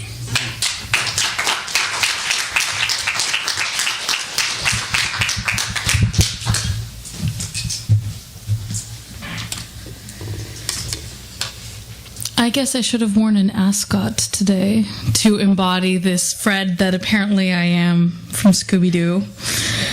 I will be the first to say that I don't necessarily claim to be a skeptic. And I did want to believe in God, believe it or not. I'm standing here today arguing against the existence of God. It's not because I wanted to be here. As my intro stated, I would have never believed I would have ended up being here. I did want to believe in God. I looked for evidence. I sought it out, and I could not find it. So I'm not sitting here doggedly persisting in some belief because I really want to believe it. I spent years searching. I spent years sitting there and trying to figure out what made sense. So I do take a little bit of exception to the claim that I am doggedly anti-deity. Efficiency is the least use of resources to achieve the most result. There's no inherent morality to it. There's no inherent good or bad behind it. I may have misspoken when I used the word good. I didn't even necessarily say that death was bad. And in fact, I don't think a theist has a leg to stand on when they say death is bad, because their deity created death. Their deity designed a world, allegedly optimally or non-optimally, I'm not sure, where death is part of the way that we exist. As far as science goes versus theism, science has a built-in self-correction mechanism called the scientific method, where you take a hypothesis, you test the claims, you figure out your conclusions, you change your conclusions based on the evidence, and so on and so forth. Theism, on the other hand, has built its entire history on saying we are right, we will always be right, and we will never change, despite the fact that we see changes as we speak. We see religions, well, let's say theism, to be more precise. Theists have changed their arguments over time, despite the fact that they claim that it never changes and it's always correct. Science never claims to be dogmatically and completely true forever and ever. That has never been the central claim of science. The central claim of science is that we need to find more evidence. We need to prove ourselves wrong. Scientists love this. This is what they live on. As far as laptop design goes, I'm not really sure if that's relevant, because I don't think that we think that the person who made the laptop was omniscient, with all due respect to the dead Steve Jobs. We don't claim that this laptop has to be as optimal and efficient as possible, because we don't think that the person who made it, or the very many, many people behind it, are omniscient. But if you're going to claim that this universe is built by something omniscient, you're going to have to show that there's actually signs of omniscience behind it. And the flaws in the design clearly show that that's not the case. And honestly, if we're going to say that atheists have no basis to say anything's right or wrong, isn't all the right or wrong here created by the same creator that theists claim is behind the universe? So what basis do they have to say the same thing? We can actually have arguments about things that are not objective. We do not have to say, oh, because I don't think that there is an objective morality, which, by the way, reality sort of shows that there is no objective morality. People are constantly arguing about what's moral and what's not. If there were an objective morality, we would see it somewhere. But even within the same religions, the same societies, the same political parties, heck, the same households, you don't see objectivity in morality. It simply is not there. I would like to see where it would be, because I don't see it. But yet we still have conversations about it. And so we can have conversations about things that are not objective. Things like laptops. Maybe I think that an Apple is a waste of money, and maybe someone else thinks that it's not. And we can still have a conversation about it, even though it's subjective. As far as natural selection goes, again, we're going back to this fallacy of seeing patterns where there aren't patterns. We're not necessarily selected for karate. Karate is something we've developed because of the bodies that we have. And that can go for almost anything in human civilization. It's not so much that, an atheist thinks that we were selected for karate. That's completely ridiculous. Instead, it's that we have developed various forms of martial arts and physical exertion in accordance with our physical abilities. We have developed them. There was no need for an external force to tell us what to do that way. As far as the thought problem goes, your thought corresponds to your perception of reality. So where you would see a grilled cheese, maybe one of my ancestors hundreds of years ago would have seen some weird squishy looking thing in the shape of a square. So our perceptions affect what we see as reality. I'm not dealing in truth values here. I'm just talking about what happens in the brain. Interpretation is also a physical mechanism. So it's not that there's some mysterious thing that takes this brain knowledge and makes it into our perception. We have brains for this very reason. We have nervous systems. We have our gut, our digestive system, which also contains a significant concentration of neural tissues. And that's how we interpret the information we are given. And that's where the differences in interpretation come in. What is right? That's a pretty big question, and I don't think that was the topic of our debate either. It's a very large, very sweeping question. But I can tell you that when I did a debate 2 or 3 years ago on this very same topic, I could take the theists that I debated, who made very similar arguments to David, and put them together in a room and say, what is right? Go. And they would probably spend a long time and never actually come to any agreement, because this other guy was not as nice as David, I'll tell you that. He had completely different arguments, and he lied to me and deceived me, which I think David would find to be morally reprehensible. Even though I think that the creator that David attributes to this universe created liars and reprehensible people as well. So I'm not sure where you can say it's bad or good, since this omniscient deity created it. The bottom line is that, again, when I say I want to be right, what I mean is as close to the best conclusions we're ever going to get to ever. That may sound wishy-washy, that may sound questionable, that may sound confusing. But I think that it's better to accept the fact that there is uncertainty in the universe than to have false certainty. There are a lot of things you don't understand. There are a lot of things that I don't understand. There are a lot of things that our ancestors didn't understand. There are things that human beings will probably kill each other and die out over before we understand them. But that doesn't mean that we have to settle for these explanations that shrink and shrink to even smaller places over time. We can do better. And promoting the idea that there must be some sort of supernatural explanation, in fact, hinders our ability to get closer to understanding more and more. And that is the sad irony of theists using arguments like this, because the intellectual predecessors for these arguments would have hindered the progress of this exact line of thought.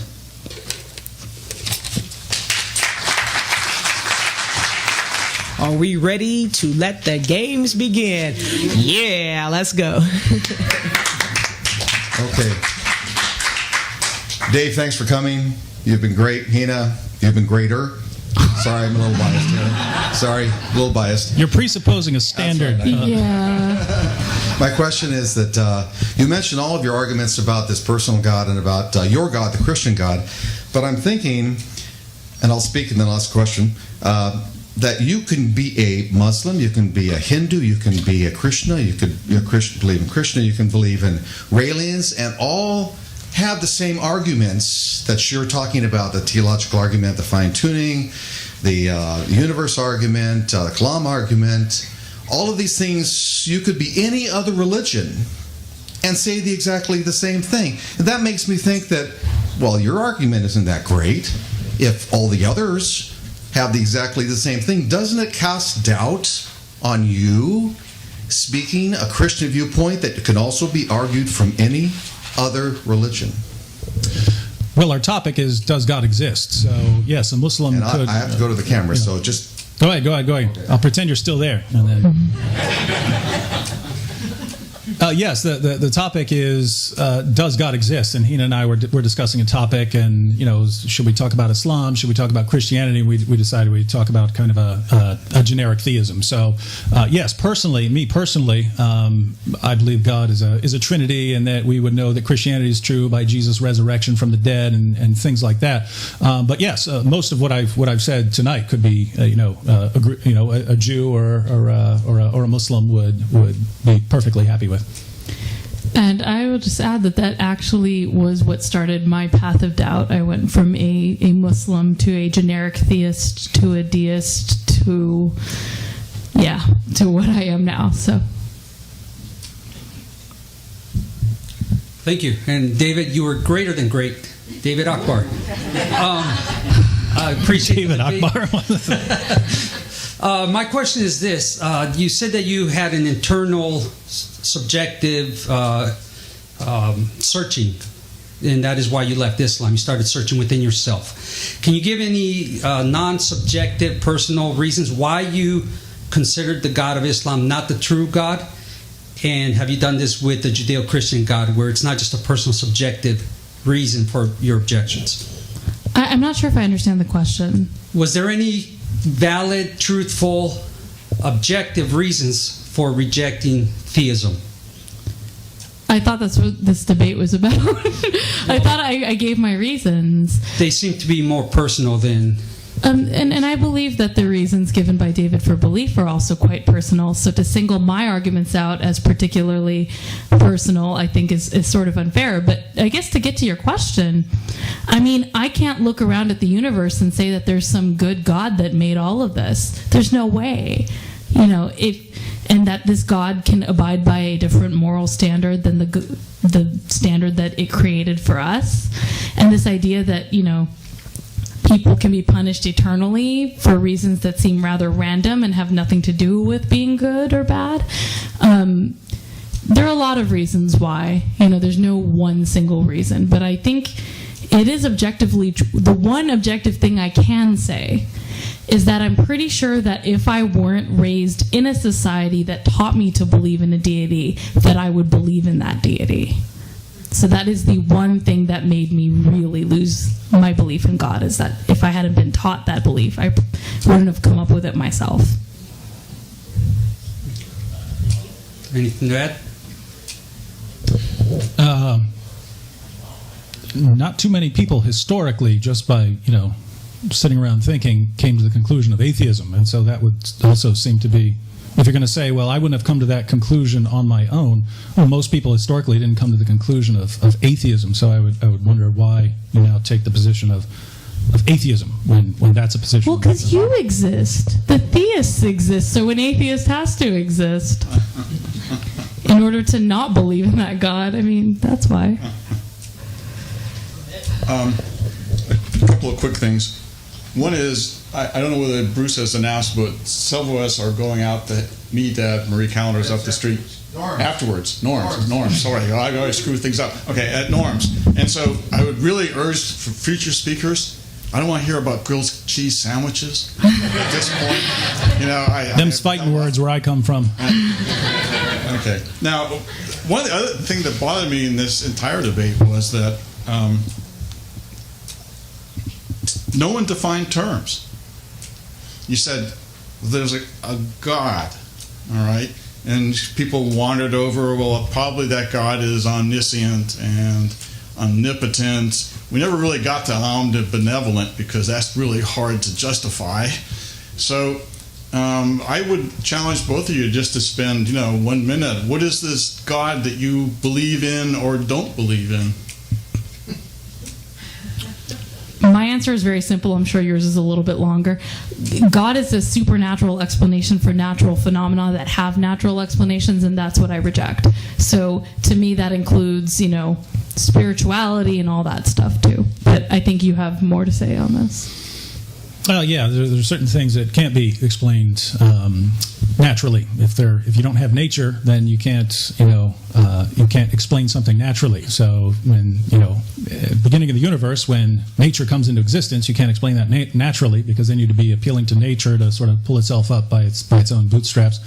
But yes, if we're in a debate, there's only so much we can cover in a debate with a 15-minute opening statement. Right, but if God exists, it seems to me that one would want to define one's term as to what God means to you. Well, yeah, and again, I believe God is a Trinity, that the second person entered creation as Jesus of Nazareth, and all of these things. But if we're talking about just God, we kind of have, and Heina didn't want to get specific on Christianity, so we just debated the existence of God. But given that there's only so much, if you end up with an omnipotent mind that is the ground of logic and morality and so on,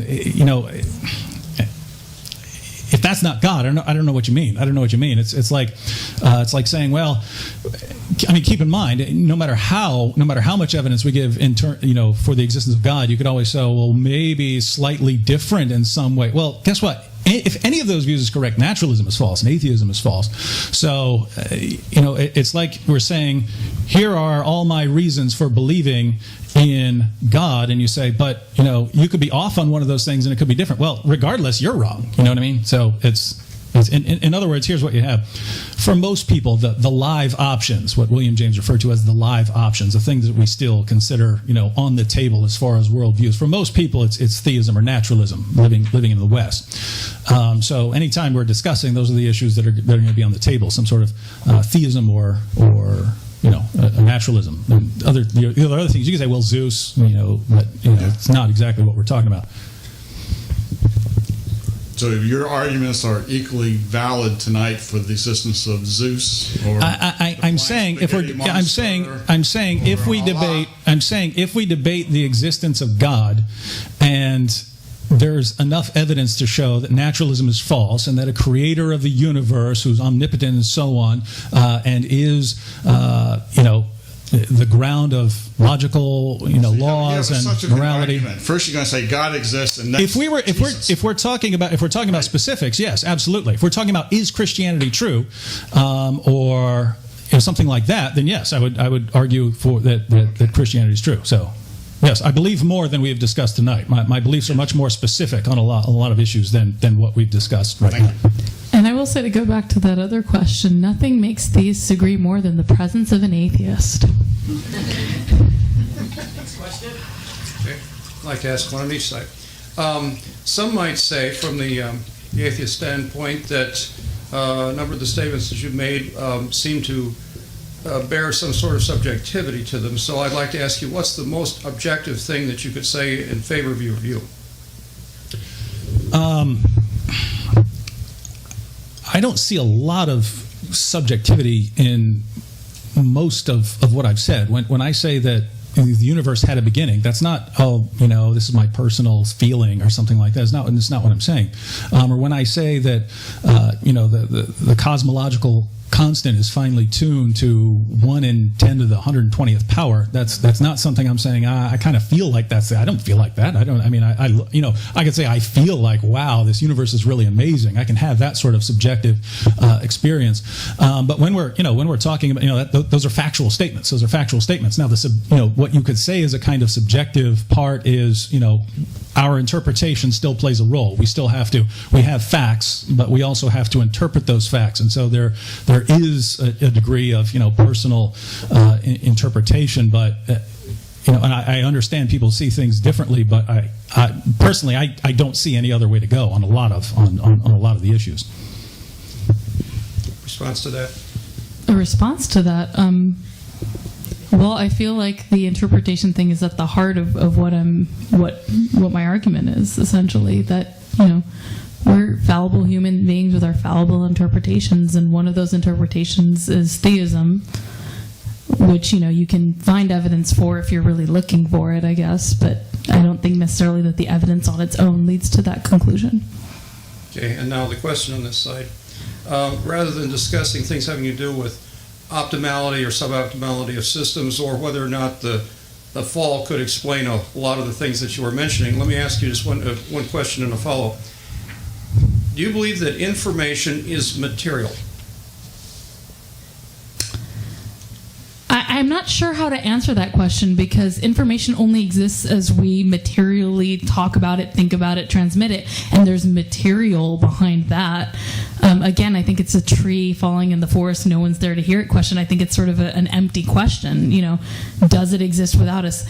Without us to think it, would it exist? I mean, if we were to decimate or eliminate the entire human population, what would information even be?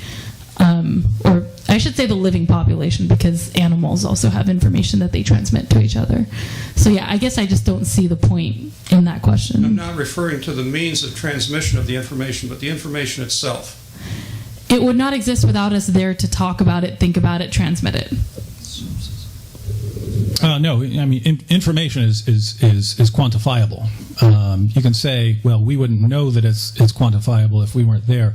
But so DNA. If there were no human beings, DNA is still coded information, right? It's a set of instructions for proteins, for putting together amino acids into proteins. So information is something real. It's not the matter itself. It's kind of the arrangement of matter if it has some sort of meaningful, some sort of meaningful pattern. And yeah, again, something like DNA has it's coded information. If all human beings die tomorrow, there's still information on this laptop it's an arrangement. It's an arrangement of matter. There are things that are meaningful to certain perceptions and not meaningful to others. So again, I don't really know why we would bother with information that's just lying there with no one there to interpret it. Let's out of there. From the short lady. Jump. One word at a time. So I apologize. I came in a little late. I missed all of your introduction. I think. Oh, it was awesome. It was so sorry. I thought pride was a sin. I missed the best part. It was the best moment ever. But I did come in, I think, about halfway through yours, and something struck me in something that you said. You were talking about not necessarily needing to know everything about how your computer worked or about the guy that made the thing that landed on Mars. And that we didn't necessarily need to know that. We just needed to be able to use our computer or our smartphone. Do you remember saying that? That I think is a mischaracterization of what I said. Okay. I'm just saying that we don't know. There's no way that all of us can know everything. Okay, and that's true. But somebody does know those things. The guy that made our smartphone knows it. Mm-hmm. And the guy that made the device that landed on Mars knows it. Right. Because somebody designed those things. Right. And who made the universe knows the universe, right? Because I reject the premise that someone made it. But I understand that you reject that premise. But what I'm saying is that the other things that you were talking about have a design to them. And what I don't understand is why everything else in the universe has a design. Everything else that you're talking about has a design. But you reject the premise that the most incredibly designed thing that there is doesn't have a design. So you're starting with the premise that it's incredibly designed, which I spent this entire debate addressing and expressing my reasons for not believing in. If you can't accept those reasons, then I'm afraid we're at an impasse. But the reason I brought up technology was not to say that it's just like the universe and that it's designed, but more to say that there are things that we don't understand and we're comfortable with them. And that just because you don't understand human evolution or astrobiology or astrophysics or any of those things doesn't mean that you have to shoehorn in an explanation that you do understand, which is a deity. So that's the point I was trying to make, not that the universe was designed. And again, I spent this entire debate making my points about that. I don't know if I can rehash them all in the Q&A. No, I'm not asking you to rehash them, but what I'm saying is that we are more designed than a computer. I disagree with that premise. Again, I think a computer has more design than we do. It has human design that we can trace, that we can look at. Human beings evolved through a process of natural selection that I can prove to you with biological evidence. It's not someone sitting down and making a person. There's no evidence of that. There is evidence of my smartphone was made by a slave in China. But, there's no evidence that someone sat down and shaped a person. There's no evidence of that. There's evidence of natural selection, which can be explained naturalistically. Okay. And David, how would you speak to that? I would disagree that life doesn't need a designer. Granting everything that Heina just said about natural selection, selecting, traits and so on, for evolution even to get started, for the process even to begin, you need something very specific. You need life, and it needs to be of a very particular sort. It needs to when it just happens to come into existence, it has the ability already to make copies of itself, right? So it's not just something that has a metabolism, it's something that also has the ability to make copies of itself. They can't be exact copies, or there'd be no variation. There'd be no variation for natural selection to act on, but they can't be extremely different, because if they're extremely different, it wouldn't preserve the beneficial traits. So at the very beginning of the process, you need something very specific. And when you get down into what would be required to have that sort of thing, the simplest known life, the simplest life that we know about is a bacterium in the urinary tract, and it has about 400 medium length.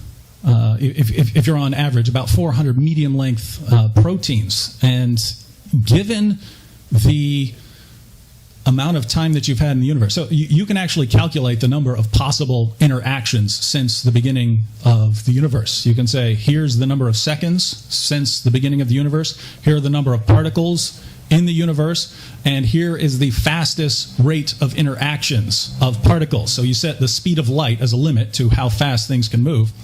Total number of particles, total number of seconds since the beginning of the universe. And you don't get anywhere near the time required to produce one protein by chance, not one. And so the idea that you could get enough to create an entire living organism all in the same place at the same time, and then it gets bound together and then goes on, I would say this isn't just, there's no reason to think that there's a designer required here, because that most basic living organism is like a little city, and I would agree with you that it's much more shocking than a laptop. David, that's why we need the multiverse theory. Oh, but I love multiverse theory, because anytime someone goes multiverse, well, I get to do that too, right? So anytime if we're talking about optimal design, or I don't like the way that's designed, maybe God designed an infinite array of universes, and ours is just one, and he selected that way of doing ours, and selected. God, what a sadist! What a sadist to do that. Jeez. But I have to point out that nobody is claiming that life just emerged. There were you talked about the urinary tract organism. That's not the simplest form of life we know about. There are evidence for even more simpler forms of life. What? There were prototypes to that, which were essentially just strands of DNA. Like, I'm not a biologist, so I'm not going to necessarily say I know everything about this. I'm comfortable with uncertainty and not knowing everything. But yeah, the idea that, I'm proposing that, proteins just randomly bound together out of nowhere is not. Well, no, you have the simplest known life, which has about that's alive right now. Yeah, but they evolved for the last. I know, but yeah. No, let me finish. You've had a lot of time. They do knockout experiments where they say, what could something survive without? And you still get down to about 250 proteins that you need for any sort of thing that would qualify as life. There's not just. And before that, there was prototypes of that via. There is evidence for this. And again, I'm not a biologist. I'm saying we agree on things and disagree on things, but there's not on that one. Okay. In your first rebuttal, you mentioned there is no such thing as a mental state. You said there's a physical state, and that a mental state is strictly a phenomena of a predictable mental state. I want to know, did I hear you correctly? It's more that a physical. There cannot be a mental state in and of itself. It has a physical. It is a physical thing, is what I'm saying. This idea, I don't agree with dualism. There's not a mind and a body. The mental state you're experiencing is a physical state. Okay, which then would suggest that all emotional experience can be predicted from physical indicators. You would believe that? I don't have to believe that. You think that's true? Absolutely. Okay. I'd like for you to explain the mechanism, not behind attraction, not behind arousal, but the physical and physiological phenomena that occurs and can be observed in the mental state of love? Serotonin, oxytocin, probably some chemicals I forget because I'm not a biologist. Okay. If that were true, we could predict who would fall in love and be in love with another human being, because you're suggesting how much serotonin, how much dopamine, how much epinephrine, how much caffeine, how much oxytocin. I don't think that's correct. So what's your definition of love if not a mental state? It's a mental state that is physical. A mental state is a physical state. And I think you're misunderstanding. You're talking about very complex socio-biological phenomena. People fall in love, and you can predict who falls in love with whom. In fact, you can look at the sociological data. You're far more likely to fall in love with someone who's in the same social class as you. There's no magic behind that. It's just who you happen to meet. Bonding and pairing isn't the same as love. Right. But oxytocin is, we're talking about the hormone that's released during lactation and breastfeeding. In addition to many, many, many other states, yes. Cuddling does it too. So love is a predictable phenomena, you would That's say. not what I say. What I'm saying is that it's a physical... Okay, so you're proposing... It's a mechanistic... You basically said it can be predicted with... I never said it can be predicted. Phenomena. So let me explain myself again in case this is unclear. Sure. A mental state is a physical state. One has feelings, and those feelings are shown in brain scans. And what I'm saying is that a mental state is not a separate thing. It is part of your physical being. Your brain is part of your body. And so to talk about love is to talk about a very complex thing. What kind of love? Falling in love versus experiencing feelings of love, those are all separate things. But that isn't to say that I can predict who's going to fall in love with who. I'm not God, if we're going to make a joke here. I'm not anybody. But the bottom line is that a mental state is a physical state. You can measure that thing that's happening in your brain as you feel love. Prediction, that's beyond me. That's beyond anyone, if we're being honest here, right? Yeah, I agree with Heina on a lot of what she said. The view she's defending is called identity theory. Mental states are identical with physical states. It's one of the leading views. And not being able to predict something we can't exactly predict the weather, all kinds of things. That doesn't mean that things don't have a physical basis. So the real question is, once you have, because we know among the things we know that there is obviously a close relationship between physical states and mental states with things like pain. You can actually do brain scans and so on. So the question is there anything left over? And so the person who's making the argument for a kind of dualism has to, that would have to show that there are certain properties of mental states that cannot be described in physical terms. That's how you would do that. But as far as something like love goes, maybe I tell my wife tonight I serotonin and dopamine her very, very much. Hey, thanks. I'm glad to be a guest here tonight, and I wanted to thank all the hosting different people. It's my first time at one of these debates, so I didn't really know what to expect. So I don't want to be critical. but I know I'm ugly. Okay, say it. Okay, you don't have to. First of all, let me say that I'm definitely a skeptic, but I'm also definitely a Christian. And I think those two things aren't incompatible. I don't know how other people feel about that, but that's okay. I was going to say, just constructively, and boy, well, first of all, I really liked hearing both of you, and I feel like I could spend time eating and talking with you guys individually for hours about various things. I don't know everything there is to know, and I don't. I feel like I'd like to, though. I'd like to understand all the processes and how laptops work and whatnot. A constructive thing in future debates, I would think that maybe it'd be good to have sources ready to cite, because people like to hear, why something is authoritative, or what research has been done. Point to an article. Your question, please. I'm sorry. My question is this: it seems that because I had a lot of other questions too, but anyway, you're both starting with the presupposition. It seems that the point of life is efficiency, survival, not death. And I wonder if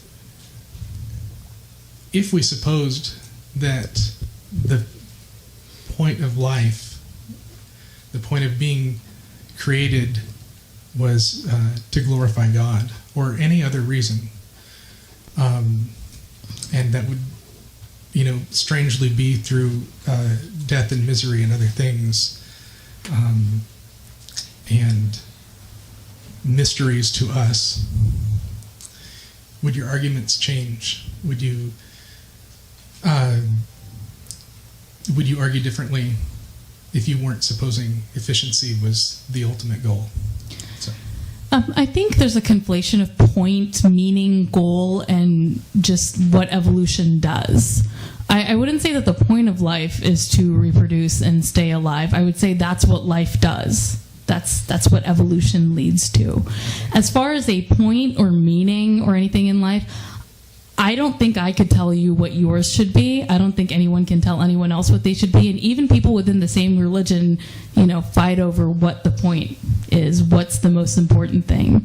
But if I could just speak personally for a moment here and step away from objectivity, I don't think it's efficiency. I don't think it's spreading my genes. Otherwise, I would have had like 10 kids by now. I think the point for me is really to spread, to reduce harm where I see it, and to spread whatever good I can. And I can't say that I'm doing the best job at it, but I'm trying, and I'm pretty certain that I am doing a halfway decent job of it in certain areas of my life. I agree with you. I agree with you completely. That I don't believe that efficiency or even survival are the most important things. The most important things in life, and that once you have an idea, this is what's most important in life. That can change a lot of interpretations. As far as the discussion tonight goes, it's the idea of efficiency and survival, and why doesn't God help survival more and reproduction more?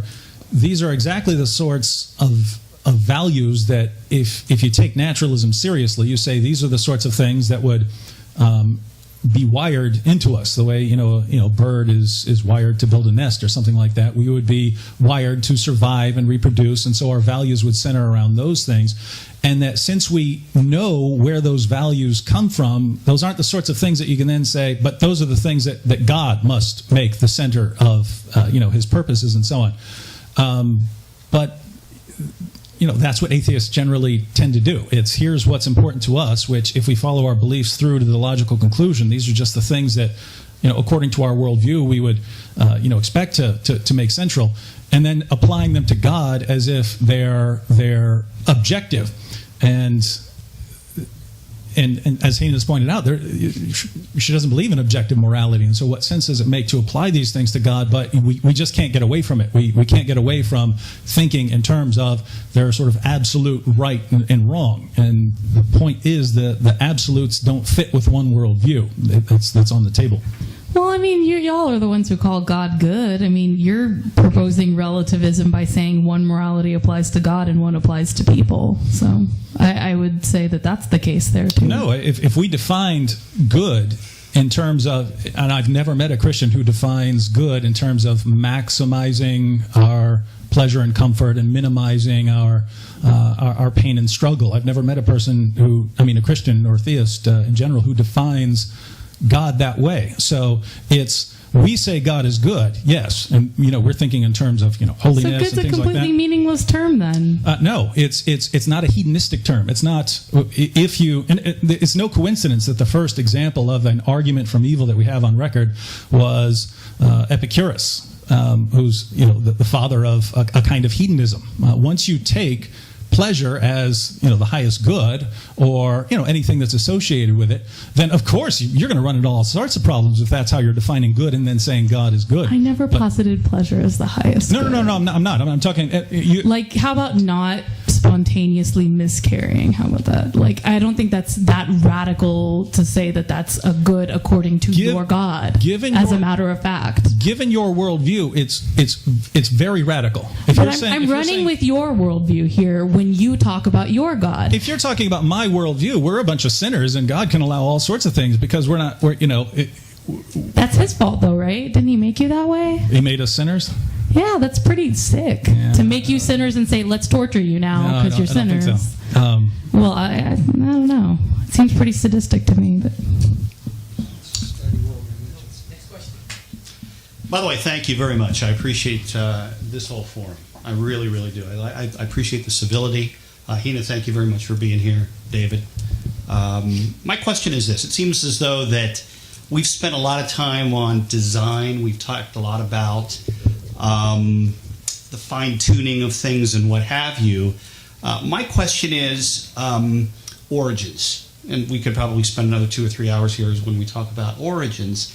But it seems to me, and one of the challenges I have with the atheistic point of view is that it seems when we talk origins, what happens is that the arguments I've had or the discussions I've had with atheists, what gets ushered in is more process.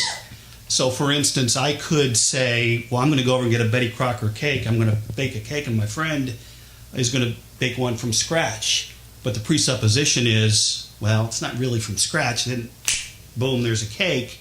I had the eggs, I had the flour, I had the milk, and what have you. So the question is, I'm not sure if I've got a question, but the question is, coming back, to usher back to the beginning, the very beginning, I could say, well, goodness, the first day was this or whatever, but I needed some kind of ingredient to get to that first day. So I guess I'll throw it to you, Heina, first, and David, you could respond there as well. I'm not sure if that's a real articulate question, but I think you know where I'm heading.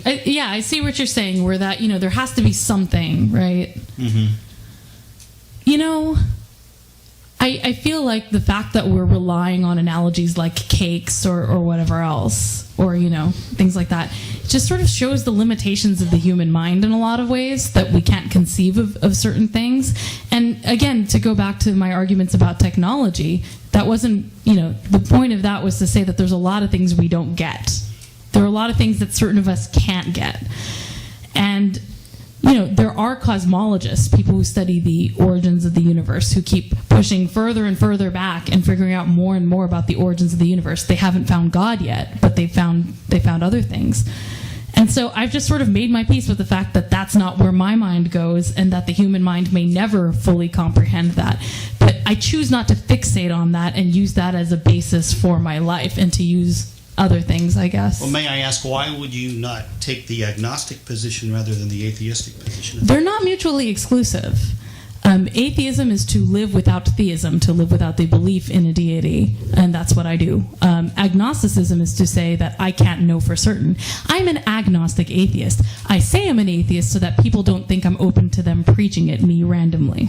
Because for some reason people think agnostic means preach to me. And I'm often not in the mood. I have other things to do.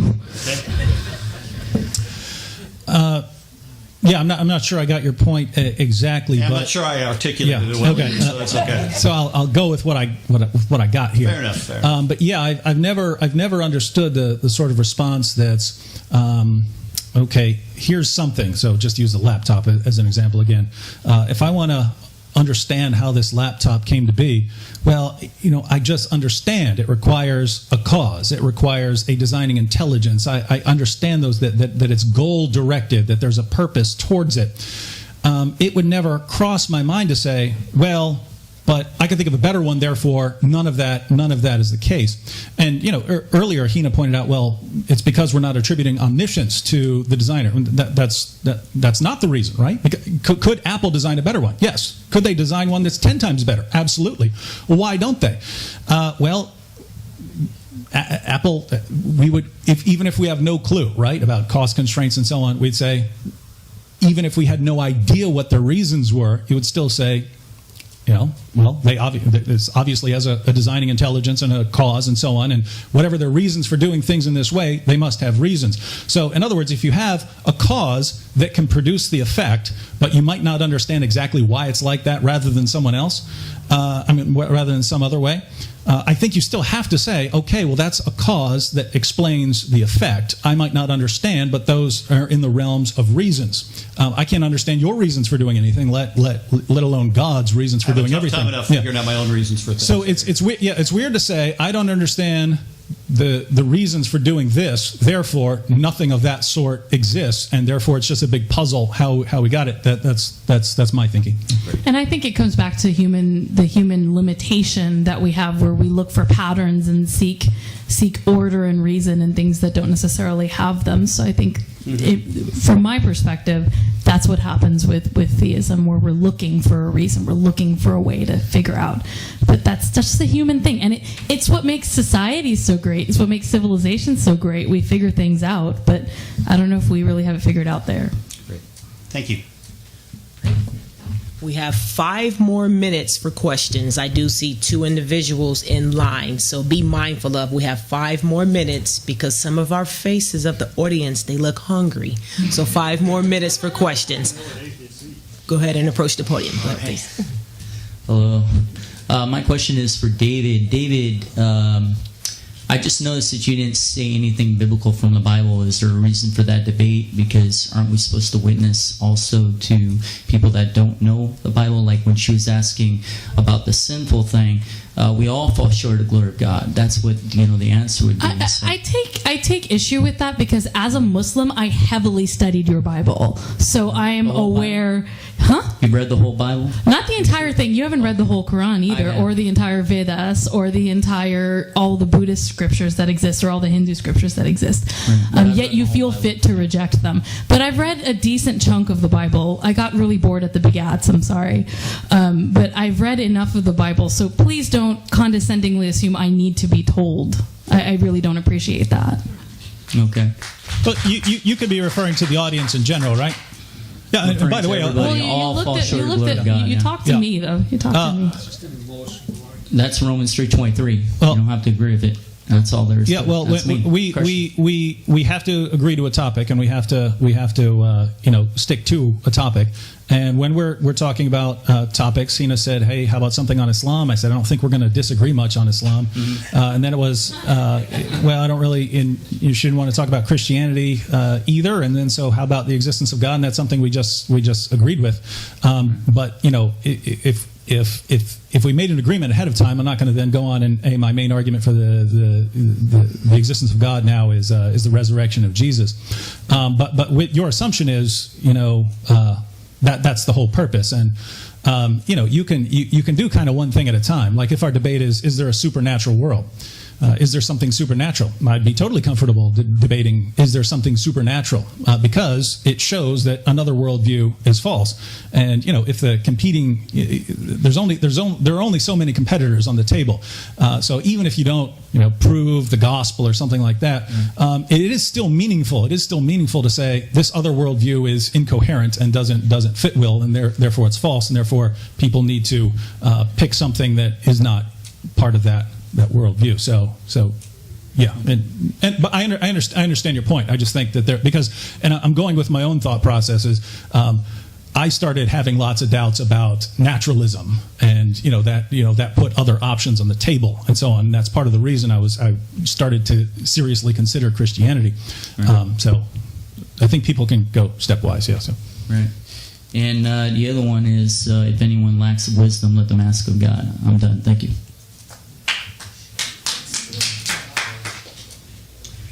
Yes, well, I want to thank both of you for the man in black for coming. I never trust anybody wearing black. by the way, just really want to thank you for being here. That table there, all of those are free if anybody wants to take something on Common Core. And I think it's been a great evening. You guys have done a wonderful job, so I just want to say thanks for coming. All right.